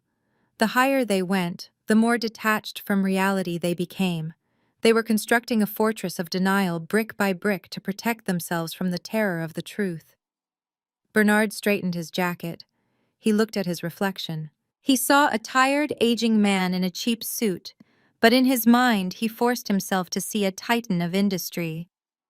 "Listen to me," Bernard said, assuming his command voice. "We cannot let this rattle us. That is what they want. It is a psychological tactic. Even if she has some fancy title, she is still Maya. She is still the girl who cried when she fell off her bike. She is still the girl who could never say no to me. I am her father. I raised her. I molded her. He clenched his fist. She still fears me, Bernard whispered. I know she does. I saw it in her eyes 2 weeks ago. When I threatened to cut her off, she didn't fight back. She just ran away. That is not the behavior of a CEO. That is the behavior of a scared little girl. And that is exactly who we are going to deal with when these doors open. Tevin nodded, the color returning to his cheeks. You are right, Dad. She is soft. She always has been. She probably got this job because she is good at following orders, not giving them. Courtney checked her makeup again, smoothing away the lines of panic around her mouth. She applied a fresh coat of lip gloss. I bet she is nervous to see us, Courtney said with a sneer. That is why she brought us up here. She wants our approval. She wants to show off her little office to prove she made it. It is pathetic, really. She is probably going to offer us coffee and beg us to forgive her for not lending Tevin the money. The delusion was complete. In the span of 30 floors, they had rewritten the narrative. They were no longer trespassers in a kingdom they didn't understand. They were the benevolent family coming to visit their wayward, lucky daughter. They convinced themselves that the power dynamic hadn't shifted. They convinced themselves that the 12-foot portrait was a lie, and their own mediocrity was the truth. The elevator slowed. The sensation of weightlessness hit their stomachs. 39th floor, the robotic voice announced. Approaching executive penthouse. Bernard took a deep breath. He adjusted his collar. He looked at Tevin and Courtney. Remember, Bernard said. We do not apologize. We do not act impressed. We demand respect. We are the Colemans. We are here to sign a contract, save my company, and get Tevin a job. Anything else is just noise. Treat her like you always treat her. Like a disappointment, Tevin asked. Like a subordinate, Bernard corrected. The elevator came to a smooth, silent halt. There was a pause, a heartbeat of time, where the world outside the doors existed only in their imagination. Inside the box, they felt safe in their lie. Outside the box, reality was waiting with a sledgehammer. The glass doors slid open. Instead of a reception desk or a busy office, they were met with a wall of white light. The penthouse boardroom was directly in front of them. The walls were entirely glass, offering a 360-degree view of the horizon. The sun was blinding. In the center of the room sat a single massive table made of black marble, and at the head of the table, silhouetted against the sun, so that her features were dark and unreadable, sat a figure. She did not stand up. She did not smile. She did not offer coffee. Bernard stepped out of the elevator, his shoes clicking on the floor. He squinted against the light. Maya, he called out, his voice wavering slightly, before he forced it to be firm. Is that you? Quit playing games and turn down the lights. We have business to discuss. The figure remained motionless. Then slowly, a hand reached out and touched a console on the table. The blinds on the windows descended slightly, filtering the glare. The silhouette resolved into clarity. It was Maya, but it was not the Maya they knew. She was wearing the white suit from the portrait. Her hands were clasped in front of her. Her face was a mask of terrifying calm. Behind her stood 2 lawyers in dark suits and 3 security guards with earpieces. She did not look like a scared little girl. She looked like a predator watching prey walk into a cage. Courtney stepped out next, laughing nervously. Oh my God, Maya, really? The dramatic lighting. You are trying too hard. Just admit you missed us. Tevin followed a smirk plastered on his face. Hey sis, nice office. A little big for a freelancer, isn't it? Who's the real boss? Can we meet him? Maya didn't answer. She simply lifted a single finger and pointed to the 3 empty chairs at the far end of the table opposite her. The distance between them was 20 feet of cold, hard stone. Sit, she said. The word was not a request. It was a command. And for the first time since they entered the elevator, the cracks in their denial began to show. Because that voice didn't sound like a daughter. It sounded like the person who owned the mortgage on their souls. Bernard hesitated, then walked to the chair. He sat down. He tried to get comfortable, but the chair was lower than hers. He had to look up to see her. A subtle psychological design choice. "We are sitting," Bernard said. "Now, where is the contract?" "I have the paperwork for the $5 million. Maya leaned forward. The light caught the diamond watch on her wrist. It glittered like a star. "We will get to the contract, Mr. Coleman," she said. "But first we need to review the organizational chart of your new life." Mr. Coleman Bernard frowned. "Why are you calling me that? I am your father." Maya picked up a remote control. She pressed a button. A massive screen descended from the ceiling behind her. "Not during business hours," she said. "And today business is all we have." The screen flickered to life. It displayed a bank statement, a personal bank statement. It was Bernard's. It showed a balance of 0, and below it, in bright red letters, was the phrase, "Asset acquired." The denial in the room evaporated instantly, replaced by a cold, hard dread. They weren't here to negotiate. They were here to be liquidated. The glass boardroom on the 40th floor was a masterpiece of intimidation disguised as architecture. The walls were floor-to-ceiling panes of sheer transparency offering a 360-degree view of Atlanta. The sun poured in bright and unforgiving, illuminating every flaw in the cheap suits my family wore. There were no shadows to hide in. There were no corners to retreat to. Bernard Tevin and Courtney sat in 3 leather chairs on one side of a 30-foot-long table made of black volcanic stone. They looked like defendants waiting for a verdict in a trial they did not know they were attending. The room was silent except for the low hum of the air conditioning and the frantic tapping of Tevin's foot against the floor. Bernard was sweating profusely. He kept wiping his palms on his knees, leaving dark, damp spots on the fabric of his trousers. He looked at the empty chair at the head of the table. It was a throne. It was high-backed, upholstered in white leather, and positioned so that whoever sat there would have the sun directly behind them, turning them into a silhouette of blinding light. Courtney was vibrating with nervous energy. She kept touching her hair, her neck, her earrings. She pulled out a compact mirror to check her lipstick, but her hands were shaking so badly, she smeared a streak of red across her chin. She aggressively rubbed it off, leaving a raw pink mark. "Why is she making us wait?" Courtney hissed, checking her phone for the time. "It is 9:05. This is a power play. She is doing this on purpose. She is watching us on a camera somewhere laughing." "Shut up." Bernard snapped his voice tight. "Just shut up and look professional. When she walks in, we stand up. We smile. We act like we belong here. We are the clients. Remember that. We are the ones with the $5 million. Tevin let out a dry, humorless laugh. "Dad, we saw the portrait. We saw the lobby. $5 million to her is probably what she spends on snacks. We are not the clients. We are the help." "Don't say that," Bernard hissed. "Do not ever say that. I am her father. That means something. Biology means something." Suddenly, the sound of a heavy lock disengaging echoed through the room. It came from the double doors at the far end. The family jumped in their seats. Bernard straightened his tie so quickly he nearly choked himself. They stood up in unison, a clumsy, uncoordinated movement born of fear. The doors did not swing open. They glided apart smoothly, retracting into the walls. For a moment, nobody entered.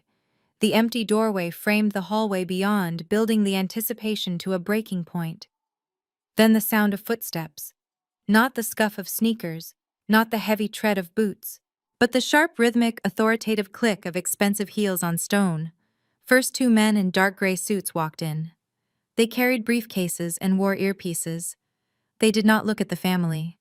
They walked to the side of the room and stood against the glass wall like statues. Next, a woman with a tablet walked in. She was Sarah, the assistant who had taken Bernard's frantic call. She walked to the table and placed a single glass of water at the head seat. And then she entered. Maya Coleman walked into the room. If the portrait in the lobby had been a shock, the reality was a revelation. The Maya that Bernard knew wore baggy gray hoodies to hide her body and walked with a stoop, as if apologizing for taking up space. This woman walked like she owned the gravity that held her to the earth. She was wearing a white suit. It was not off the rack. It was bespoke, tailored to within a millimeter of perfection. The fabric was crisp and bright, contrasting sharply with her dark skin. The jacket had sharp shoulders that gave her a regal military bearing. Her trousers flowed down to a pair of white stilettos that looked sharp enough to puncture steel. Her hair, which Bernard had always criticized as being unkempt, was styled in intricate architectural braids adorned with small gold cuffs. She wore no jewelry except for a single item on her left wrist. Tevin saw it first. He gasped.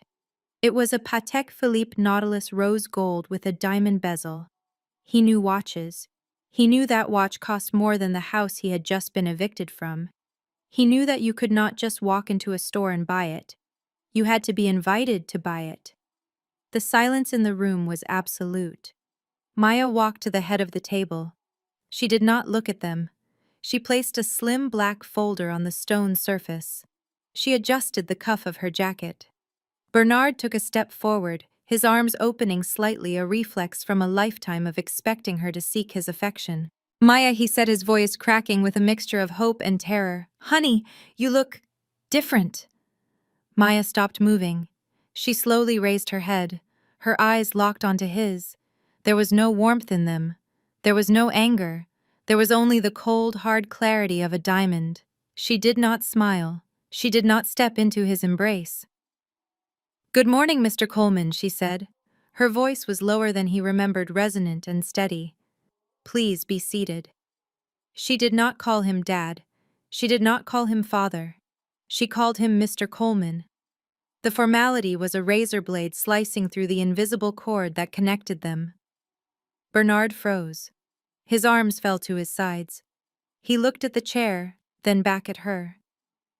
"But, Maya, it's us. It's your family." "Sit down, Mr. Coleman," Maya repeated. The volume of her voice did not change, but the intensity doubled. "We have a lot of ground to cover, and my billing rate is $5,000 an hour. I would hate for you to waste your budget on pleasantries." She sat down. She moved with a fluid grace, crossing her legs and resting her hands on the table. Bernard collapsed into his chair. He felt like the air had been punched out of him. Tevin and Courtney sat down quickly, terrifyingly obedient. Maya looked at each of them in turn. She looked at Tevin, lingering on his cheap suit. She looked at Courtney, staring at the fake bag she had placed on the floor. She looked at Bernard, seeing the sweat on his forehead. She signaled to Sarah. Sarah stepped forward and placed a document in front of each of them. It was not a contract. It was a non-disclosure agreement. "Before we begin," Maya said, clasping her hands, "you will sign these. This meeting involves proprietary information regarding Nexus AI and its subsidiaries. Anything you see or hear in this room stays in this room. If you violate this agreement, my legal team standing to your right will litigate you into oblivion. Do you understand?" Tevin picked up the pen. His hand was shaking so hard he could barely hold it. He looked at Maya, his eyes pleading. "Maya," he whispered, "why are you doing this? It's me, Tevin, your brother." Maya tilted her head slightly. "Tevin Coleman, former real estate speculator, current credit score of 420, unemployment status active, address parents' spare bedroom. Is that correct?" Tevin flinched as if she had hit him. How do you know all that?" "I know everything, Tevin," she said softly. "I know about the gambling. I know about the eviction. I know about the $50,000 you tried to extort from me 2 weeks ago." Courtney gasped. She tried to interject. "Maya, listen, that was a misunderstanding. We were under stress. You know how family is. We fight, we make up. I actually defended you, you know. I told them to go easy on you." Maya shifted her gaze to Courtney. "It was like a searchlight turning onto a deer," Courtney, Maya said. "You offered me $20 an hour to be your nanny. You told me my car sounded like a lawnmower. You told my mother I was an embarrassment. Courtney's mouth opened and closed like a fish. I was joking, she stammered. It was just banter. Maya ignored her. She looked back at Bernard. Mr. Coleman, she said. You are here because you believe you are signing a $5 million contract with a vendor. You believe you are going to save your job. You believe you are going to get your son a management position. Bernard nodded, clinging to the shred of hope. Yes. Yes, Maya. That is the deal. I wired the deposit. I saved the fleet. Marcus is expecting the contract. Maya smiled. It was a small, terrifying smile that did not reach her eyes. You wired $150,000 to Nexus AI, she said. That is true. But you didn't read the terms of service, did you? Bernard blinked. Terms of service? Nobody reads the terms of service. It's just fine print. Maya opened the black folder in front of her. She pulled out a single sheet of paper. Clause 42, she read aloud. In the event of a catastrophic system failure requiring Level 5 intervention, Nexus I reserves the right to assume temporary administrative control of the client's operational assets to ensure network stability. This includes but is not limited to financial restructuring, personnel management, and executive oversight. She slid the paper across the stone table. It stopped perfectly in front of Bernard. You didn't hire a vendor, Mr. Coleman, she said. You hired a boss. When you paid that invoice, you gave me power of attorney over your department. Bernard stared at the paper. The words swam before his eyes. What? What does that mean? He whispered. It means, Maya said, leaning back in her chair, that I am not here to sign a contract with you. I am here to conduct your performance review. And frankly, Mr. Coleman, your performance has been unacceptable. She signaled to the wall behind her. The blinds descended fully, plunging the room into shadow illuminated only by the glow of the massive screen that descended from the ceiling. Let's look at the numbers, shall we? She said. The screen flared to life, and the execution began. The massive screen behind Maya glowed with a cold blue light, casting long, sharp shadows across the glass boardroom. The view of the Atlanta skyline was gone, replaced by the digital evidence of 3 ruined lives. Bernard, Tevin, and Courtney sat frozen in their leather chairs, their faces bathed in the harsh illumination. The air conditioning hummed, but the room felt suffocatingly hot. Bernard cleared his throat. It was a wet, ragged sound in the silence. He gripped the edge of the table, his knuckles white. He looked at Maya, desperate to find the little girl who used to seek his approval, hoping that somewhere beneath the bespoke suit and the diamond watch she was still there. Maya, Bernard said, forcing a chuckle that sounded more like a wheeze. Okay, you made your point. You are the boss. You are successful. We get it. I am proud of you, honey. Really, I am. But let's not be dramatic with all these screens and lawyers. We are family. Let's just sign the papers, get this contract moving, and I will take everyone out for a nice dinner. My treat. We can go to that steakhouse you used to like. He smiled, a trembling, pathetic expression that begged for mercy. Come on, baby girl. Put the remote down. Let's go eat. Maya looked at him. She did not blink. She lifted the remote control. I am not hungry, Mr. Coleman, she said softly. And neither are you, because you are about to lose your appetite. She pressed the button. The screen changed. A document appeared. It was an invoice from Coleman Heavy Transport dated 3 years ago. It was for a vendor called Alpha Logistics. The amount was $50,000. Bernard's smile vanished. His skin turned a sickly shade of gray. Maya stood up and walked toward the screen, her heels clicking on the stone floor like a metronome counting down to an execution. Let's start with you, Bernard. This is an invoice for tire replacements authorized by your department. Alpha Logistics. Sounds professional. Except Alpha Logistics does not exist. It is a shell company registered to a P.O. box in Savannah. She pressed the button again. A bank transfer record appeared. And here is the transfer of funds. $50,000 went into Alpha Logistics on a Tuesday. On Wednesday, $45,000 was transferred out to a personal account, an account under the name B. Coleman. The silence in the room was absolute. Tevin looked at his father with wide eyes. Courtney covered her mouth with her hand. Maya turned to face her father. "You have been skimming off the top for a decade," she said, her voice devoid of emotion.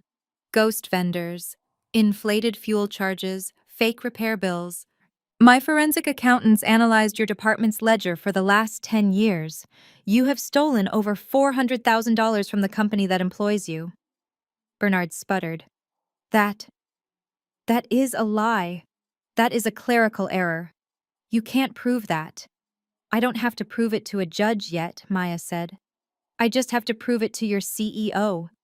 Marcus Henderson does not know about this. Yet. But I own the administrative rights to your data now.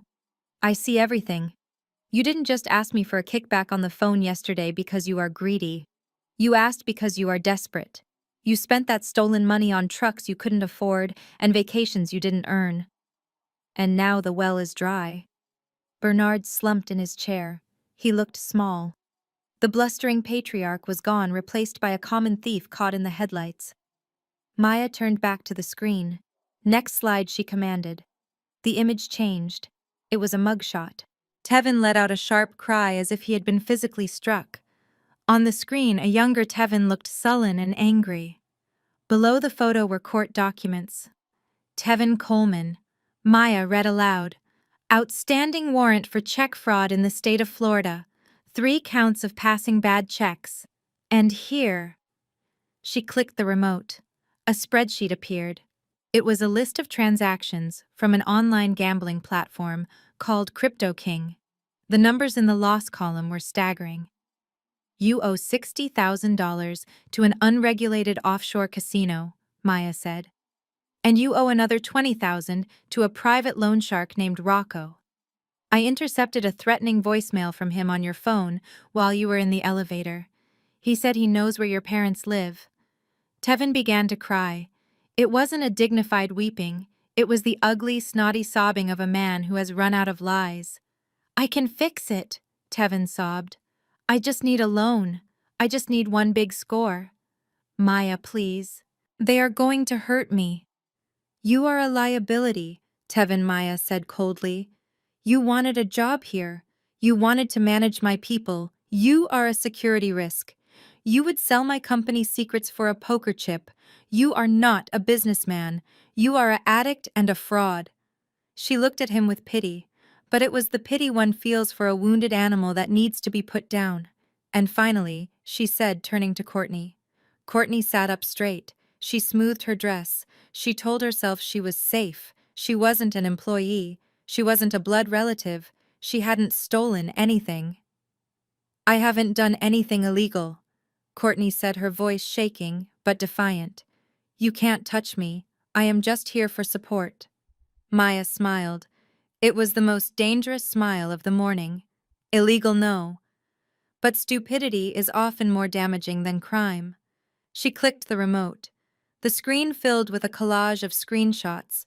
They were social media posts, tweets, Facebook status updates, Instagram comments. Some were from years ago, some were from last week. Courtney's eyes widened in horror. "Let's read a few, shall we?" Maya asked. "Here is one from your Twitter dated 5 years ago. Finally moving out of this neighborhood. Too many thugs hanging around." And here's a comment you left on a news article about a protest. I won't repeat the word you used, Courtney, but it starts with the letter N. Courtney stood up. That is private. "That was years ago. I was young. And here is one from yesterday." Maya continued, her voice hardening. "A text message you sent to your best friend while you were in the taxi on the way here." The screen zoomed in on a text bubble. It read, "Going to beg my husband's ghetto sister for money. Hopefully she washed her hair." The room went deathly silent. Even Tevin stopped crying to look at his wife. Bernard looked at the floor, shame burning his neck. Courtney sank back into her chair. She felt naked. She felt flayed. Nexus AI is a global company, Maya said. We have partners in Nigeria, in Kenya, in Brazil. Diversity is not just a buzzword for us, it is our currency. Do you think I would let someone like you anywhere near my brand? You are a public relations nightmare waiting to happen. You are a racist Courtney, and you are not even a smart one. Maya turned off the screen. The room plunged back into semi-darkness. She walked back to the head of the table and stood there looking down at the wreckage of her family. She placed her hands on the table. You came here today thinking you were the clients, she said quietly. You thought you were here to negotiate. But you don't negotiate with cancer. You cut it out. Bernard looked up, tears streaming down his face. Maya, please, what are you going to do? Are you going to send us to jail? Maya looked at the three of them. The thief, the addict, the bigot. They were the people who had raised her, tormented her, and underestimated her. And now their lives were literally in the palm of her hand. Jail would be too easy, Maya said, and it would be a waste of taxpayer money. No, I have a different plan for you. A plan that will teach you the value of the hard work you always claimed I didn't do. She sat down and opened the black folder again. We are going to restructure your debt, she said, and the terms are going to be very, very specific. The silence in the glass boardroom was absolute. It was the heavy, suffocating silence of a tomb. The air conditioning hummed a low, sterile note that seemed to vibrate against the tension in the room. Bernard Coleman stared at the black screen where the evidence of his embezzlement had just been displayed. His face was a mask of ashen gray. Beside him, Tevin was shaking his hands, gripping the arms of his chair as if he were in a plummeting airplane. Courtney stared at her lap, picking at a loose thread on her dress, trying to make herself invisible. Maya sat at the head of the table. She was calm. She was composed. She looked like a statue carved from justice and ice. She slowly closed the black folder in front of her and clasped her hands on top of it. The sound of her skin touching skin was the only noise in the room. I have a decision to make, Maya said softly. Her voice carried to the corners of the room without effort. Bernard looked up, hope flickering in his eyes like a dying candle. He latched onto her words. A decision, Bernard stammered. Yes, a decision.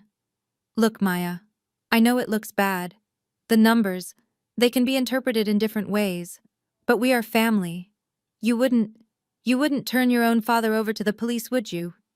Think about what that would do to your mother. Think about the scandal.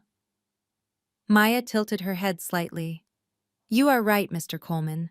A scandal would be inconvenient. It would hurt the stock price of Coleman Heavy Transport, and since I am currently holding their debt, that would hurt my bottom line. She stood up and walked to the window, looking out at the sprawling city. I am going to save your company, she said, her back turned to them. I am going to sign the contract. I will provide the AI integration. I will clear the logistics backlog. I will save the jobs of the 500 drivers and warehouse workers who depend on this fleet to feed their families. Bernard let out a massive sigh of relief. He slumped back in his chair, wiping sweat from his eyes. Thank God. Thank God. I knew it. I knew you were a good girl, Maya. I knew you had a heart. He looked at Tevin and grinned weakly. See? She is just tough. She is just teaching us a lesson. It is over now. Maya turned around. But she said. The word hung in the air like a guillotine blade. Bernard's smile froze. I am not doing this for you, Maya continued, walking back to the table. I am doing this for the company, and for the company to survive the infection must be removed. She signaled to one of the lawyers standing against the wall. He stepped forward and placed 2 stacks of documents on the table. They hit the stone surface with a heavy, dull thud. Condition number 1, Maya said, placing her hand on the first stack. This is a letter of voluntary resignation, effective immediately. Bernard's eyes bulged. Resignation. But I have 5 years left until full retirement. If I quit now, I lose my seniority. You are not listening. Mr. Coleman, Maya said. You are retiring today.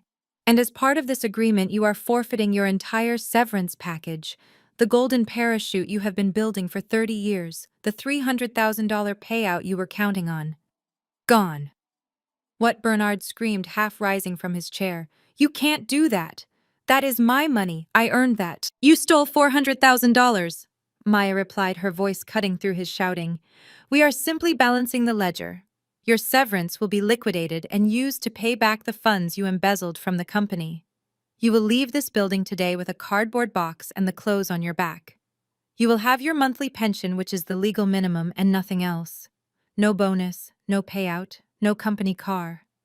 Bernard fell back into his chair, gasping for air. But that severance was for the lake house. I was going to buy a boat. I was going to rest. Then you should have thought about that before you invented a fake vendor named Alpha Logistics, Maya said coldly. Sign the paper, Bernard. Or I hand the file to the district attorney and you can spend your retirement in a cell where the only view is a concrete wall. Bernard looked at the pen. His hand trembled violently. He looked at Maya, expecting to see a trace of hesitation, but there was none. He realized with a sickening lurch that she was not bluffing. He picked up the pen. He signed his life away.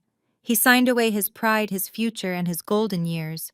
He was now just an old man with a bad back and a criminal secret. Maya pulled the paper away before the ink was even dry. Condition number 2, she said, turning her gaze to Tevin. Tevin sat up straight. He was terrified, but a small part of him was still delusional. He thought that maybe, just maybe, since his father was out there, was a vacancy. I will do whatever you want, Maya, Tevin said quickly. I can step up. I can take Dad's place. I know I made mistakes, but I can learn. Put me in management. I will work hard. I promise. Maya laughed. It was a dry, humorless sound. Management. You think you are qualified to manage Tevin? You couldn't manage a lemonade stand without bankrupting it. She pushed the second stack of papers toward him.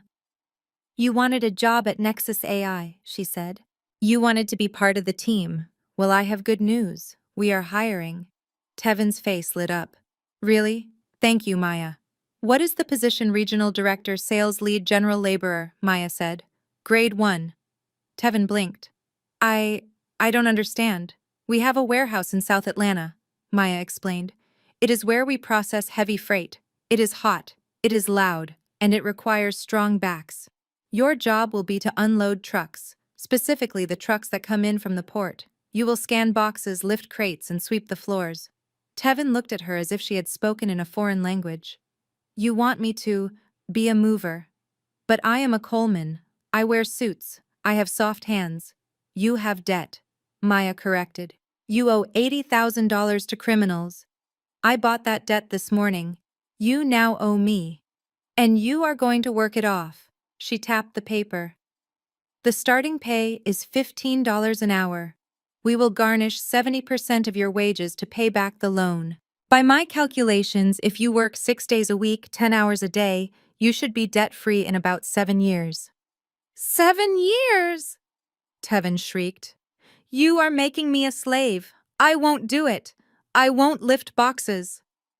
Then you can explain that to Rocco, Maya said calmly. I can release the debt back to him if you prefer. I believe his collection methods involve a baseball bat and a very dark alley. Tevin paled. He looked at his soft hands. He looked at his suit. He realized his life of leisure was over. $15 an hour, he whispered. Plus overtime, Maya added. If you are efficient, which I doubt. Sign the contract, Tevin, or get out. Tevin signed. He cried as he did it, his tears dropping onto the paper, smearing the ink of his indenture. Maya looked at Courtney. And you? She said. Courtney flinched. I don't work here. You can't make me sign anything. No, Maya agreed. You have no value to this company. You have no skills. You have no assets. You are simply a distraction. Maya pressed a button on the intercom. "Security, please escort Mrs. Coleman to the lobby. She is banned from the premises effective immediately." "Wait," Courtney stammered. "I can't leave them. We drove here together." "You can take the bus," Maya said. "I believe the stop is 2 blocks east. It costs $2.50. I hope you have cash." Two guards stepped forward and grabbed Courtney by the arms. She screamed as they dragged her backward. "You are jealous of me," she yelled, her voice echoing in the glass room. "You are just a bitter, lonely workaholic. You will never have what we have." The doors slid shut, cutting off her screeching. The room was quiet again. Just Maya, the lawyers, and two broken men. Bernard stood up slowly. He looked older than he ever had. He looked at Maya with eyes full of hate. "You are a monster," he rasped. "I raised you. I fed you. And this is how you repay me. By destroying me. By humiliating your brother. You are an ungrateful, unnatural daughter. You are a black-hearted witch." Maya stood up. She walked around the table until she was standing inches from her father. She was taller than him in her heels. She looked down at him. "I am not your daughter right now, Bernard," she said, her voice dropping to a whisper that was louder than a scream. "You fired your daughter 2 weeks ago. You told her she was dead to you. You told her not to come to your funeral." She leaned in closer. "I am your business partner. I am the CEO who just saved you from prison. I am the woman who owns the roof over your head because I hold the mortgage on your house too. Did I forget to mention that I bought the note from the bank yesterday?" Bernard gasped. "So you can call me ungrateful," Maya said. "You can call me a monster, but you will not call me incompetent. Because unlike you, I pay my bills. And unlike you, I protect my investments." She turned and walked back to the window, looking out at the city that she had conquered while they were sleeping. "Get out of my office," she said. "Report to HR for your exit interview. And Tevin, buy some work boots. The shift starts at 6 a.m. Don't be late." She heard the heavy doors open and close. She heard the shuffling of defeated feet. She did not turn around. She watched a hawk circling the thermal currents outside the window. It was hunting. It was free. And for the first time in her life, so was she. The revolving doors of the Nexus Tower spun with a heavy mechanical whoosh, spitting the three of them out onto the scorching pavement of Peachtree Street. The air conditioning of the penthouse was gone, replaced instantly by the oppressive 90-degree humidity of an Atlanta afternoon. Two security guards stood at the entrance, their arms crossed, silent sentinels ensuring the trash did not blow back inside. Bernard stumbled as he hit the concrete, his legs barely supporting his weight. He loosened his tie, gasping for air, looking like a man who had just survived a plane crash only to land in a volcano. Tevin stood next to him, clutching the signed labor contract in his hand like it was a death warrant. Courtney was the first to recover. She walked 5 paces away from them, stopped and turned around. The sun hit her face, revealing the cracks in her foundation, the makeup smeared by sweat and panic.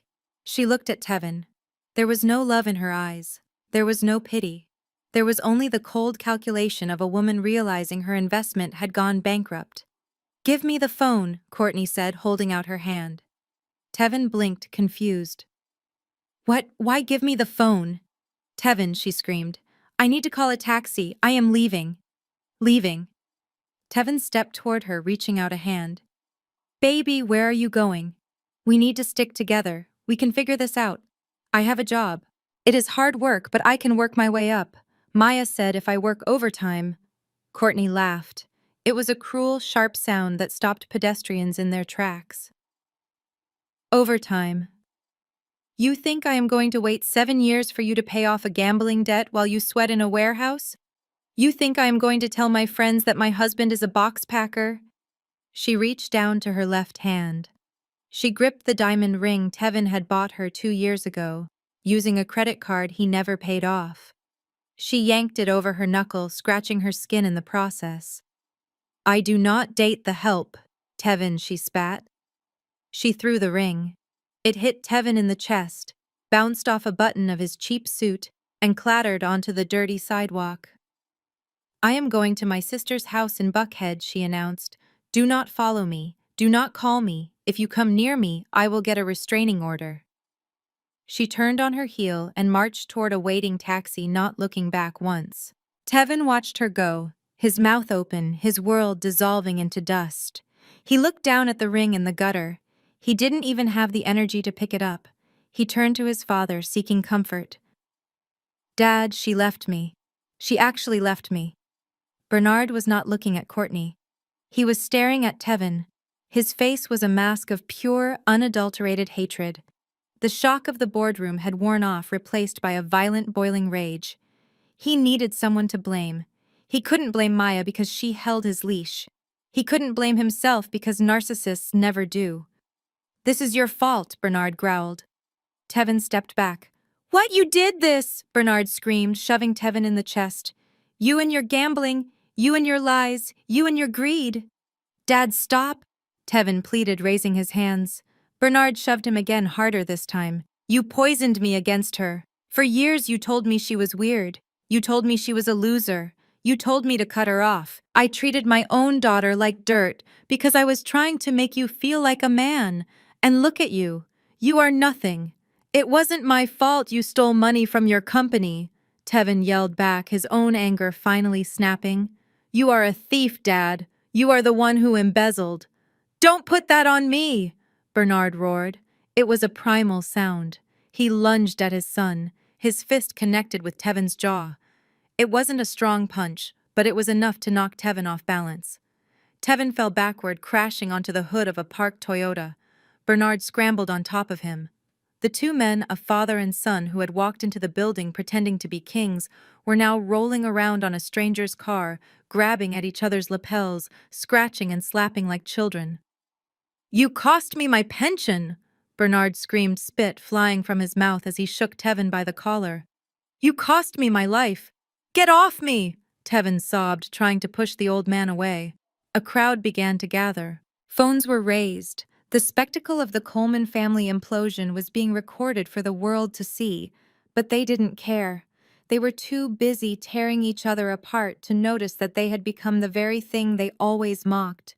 They were a public embarrassment, and 40 floors above, behind a wall of glass, they were being watched. The heavy mahogany doors of the boardroom clicked shut, sealing out the noise, the drama, and the history of the Coleman family.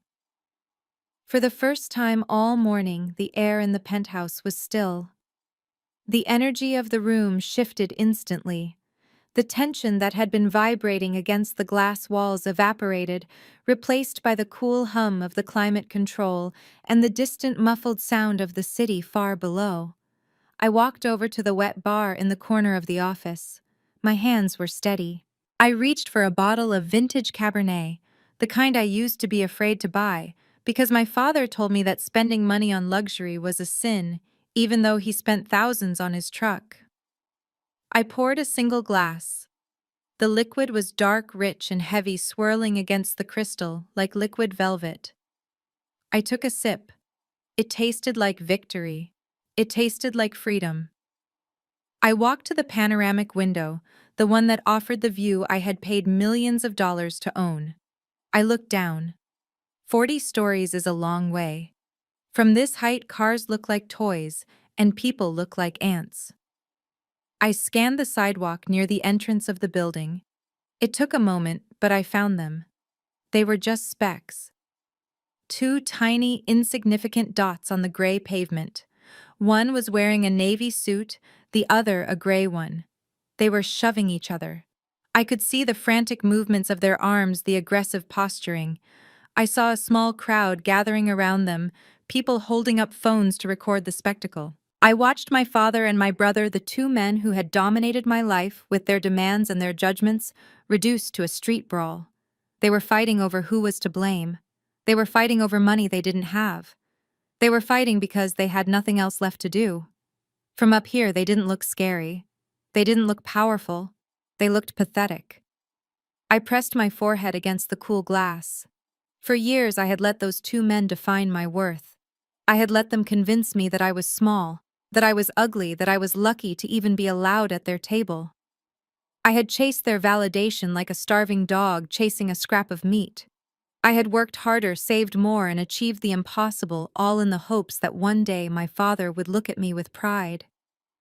But looking down at them now, I realized the truth. I never needed his pride. I never needed his approval. I just needed him to get out of my way. My phone buzzed in my pocket. It was a sharp, intrusive vibration against my leg. I pulled it out. I knew who it was before I looked. The text message was from Dad. "Maya, baby girl, please, let's talk." I overreacted. We all did. The heat got to us. "Listen, I know you are angry, but I need a favor. Just a small one.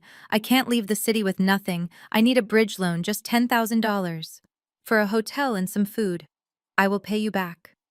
I promise. Daddy loves you." I stared at the words. Daddy loves you. He had not said those words in 20 years. He didn't say them when I graduated valedictorian.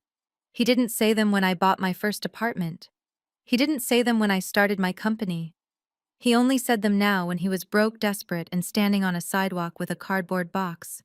His love was a currency, and it was a currency that had just crashed. I didn't feel anger.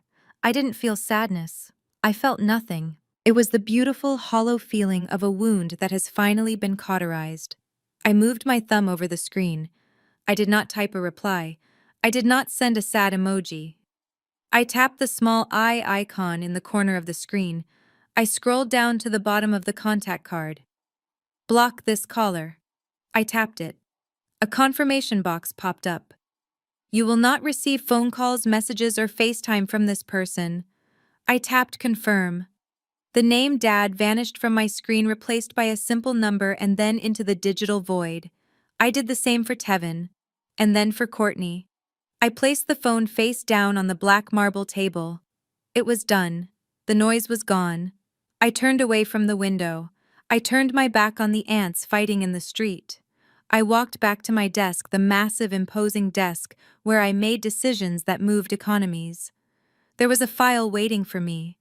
It was a proposal I had been reviewing before the circus came to town. It was a scholarship fund. I picked up my fountain pen. The weight of it felt good in my hand. Solid. Real. The document was titled the Nexus Initiative. It was a grant program designed to provide full tuition housing and mentorship for 50 young Black women from low-income neighborhoods who wanted to study computer science and logistics. It was worth $1 million a year. I looked at the signature line. My father had told me that I was selfish. He had told me that I hoarded my money. He had told me that I didn't care about family. He was wrong.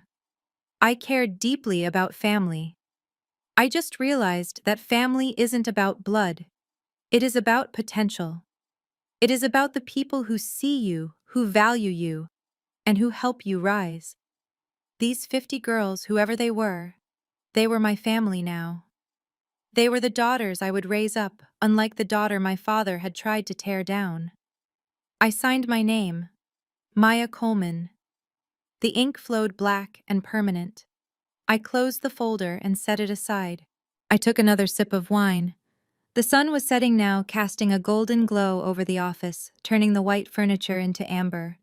I remembered the Easter dinner 2 weeks ago. I remembered my father's voice booming across the table. "Nobody has heard of your little company, Maya." I smiled. I looked around at my empire. I looked at the maps on the wall showing thousands of trucks moving under my command.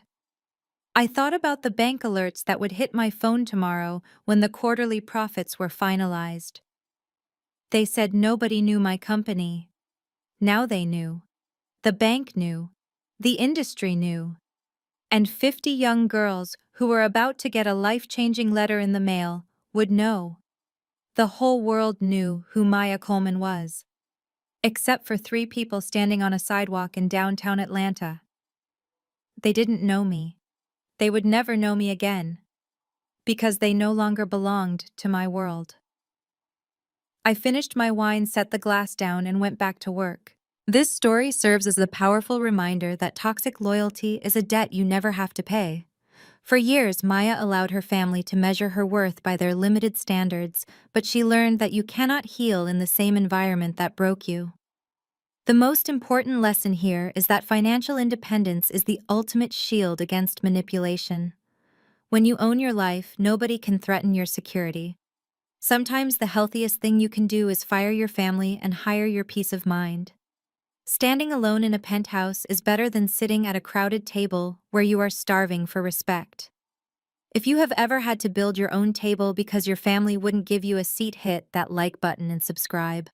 I want you to comment below with the word empire if you are ready to stop begging for validation and start building your own legacy. Share this video with someone who needs to know that being the black sheep just means you were born to lead the herd in a different direction. Thank you for watching, and remember, success is the best revenge, but silence is the best answer.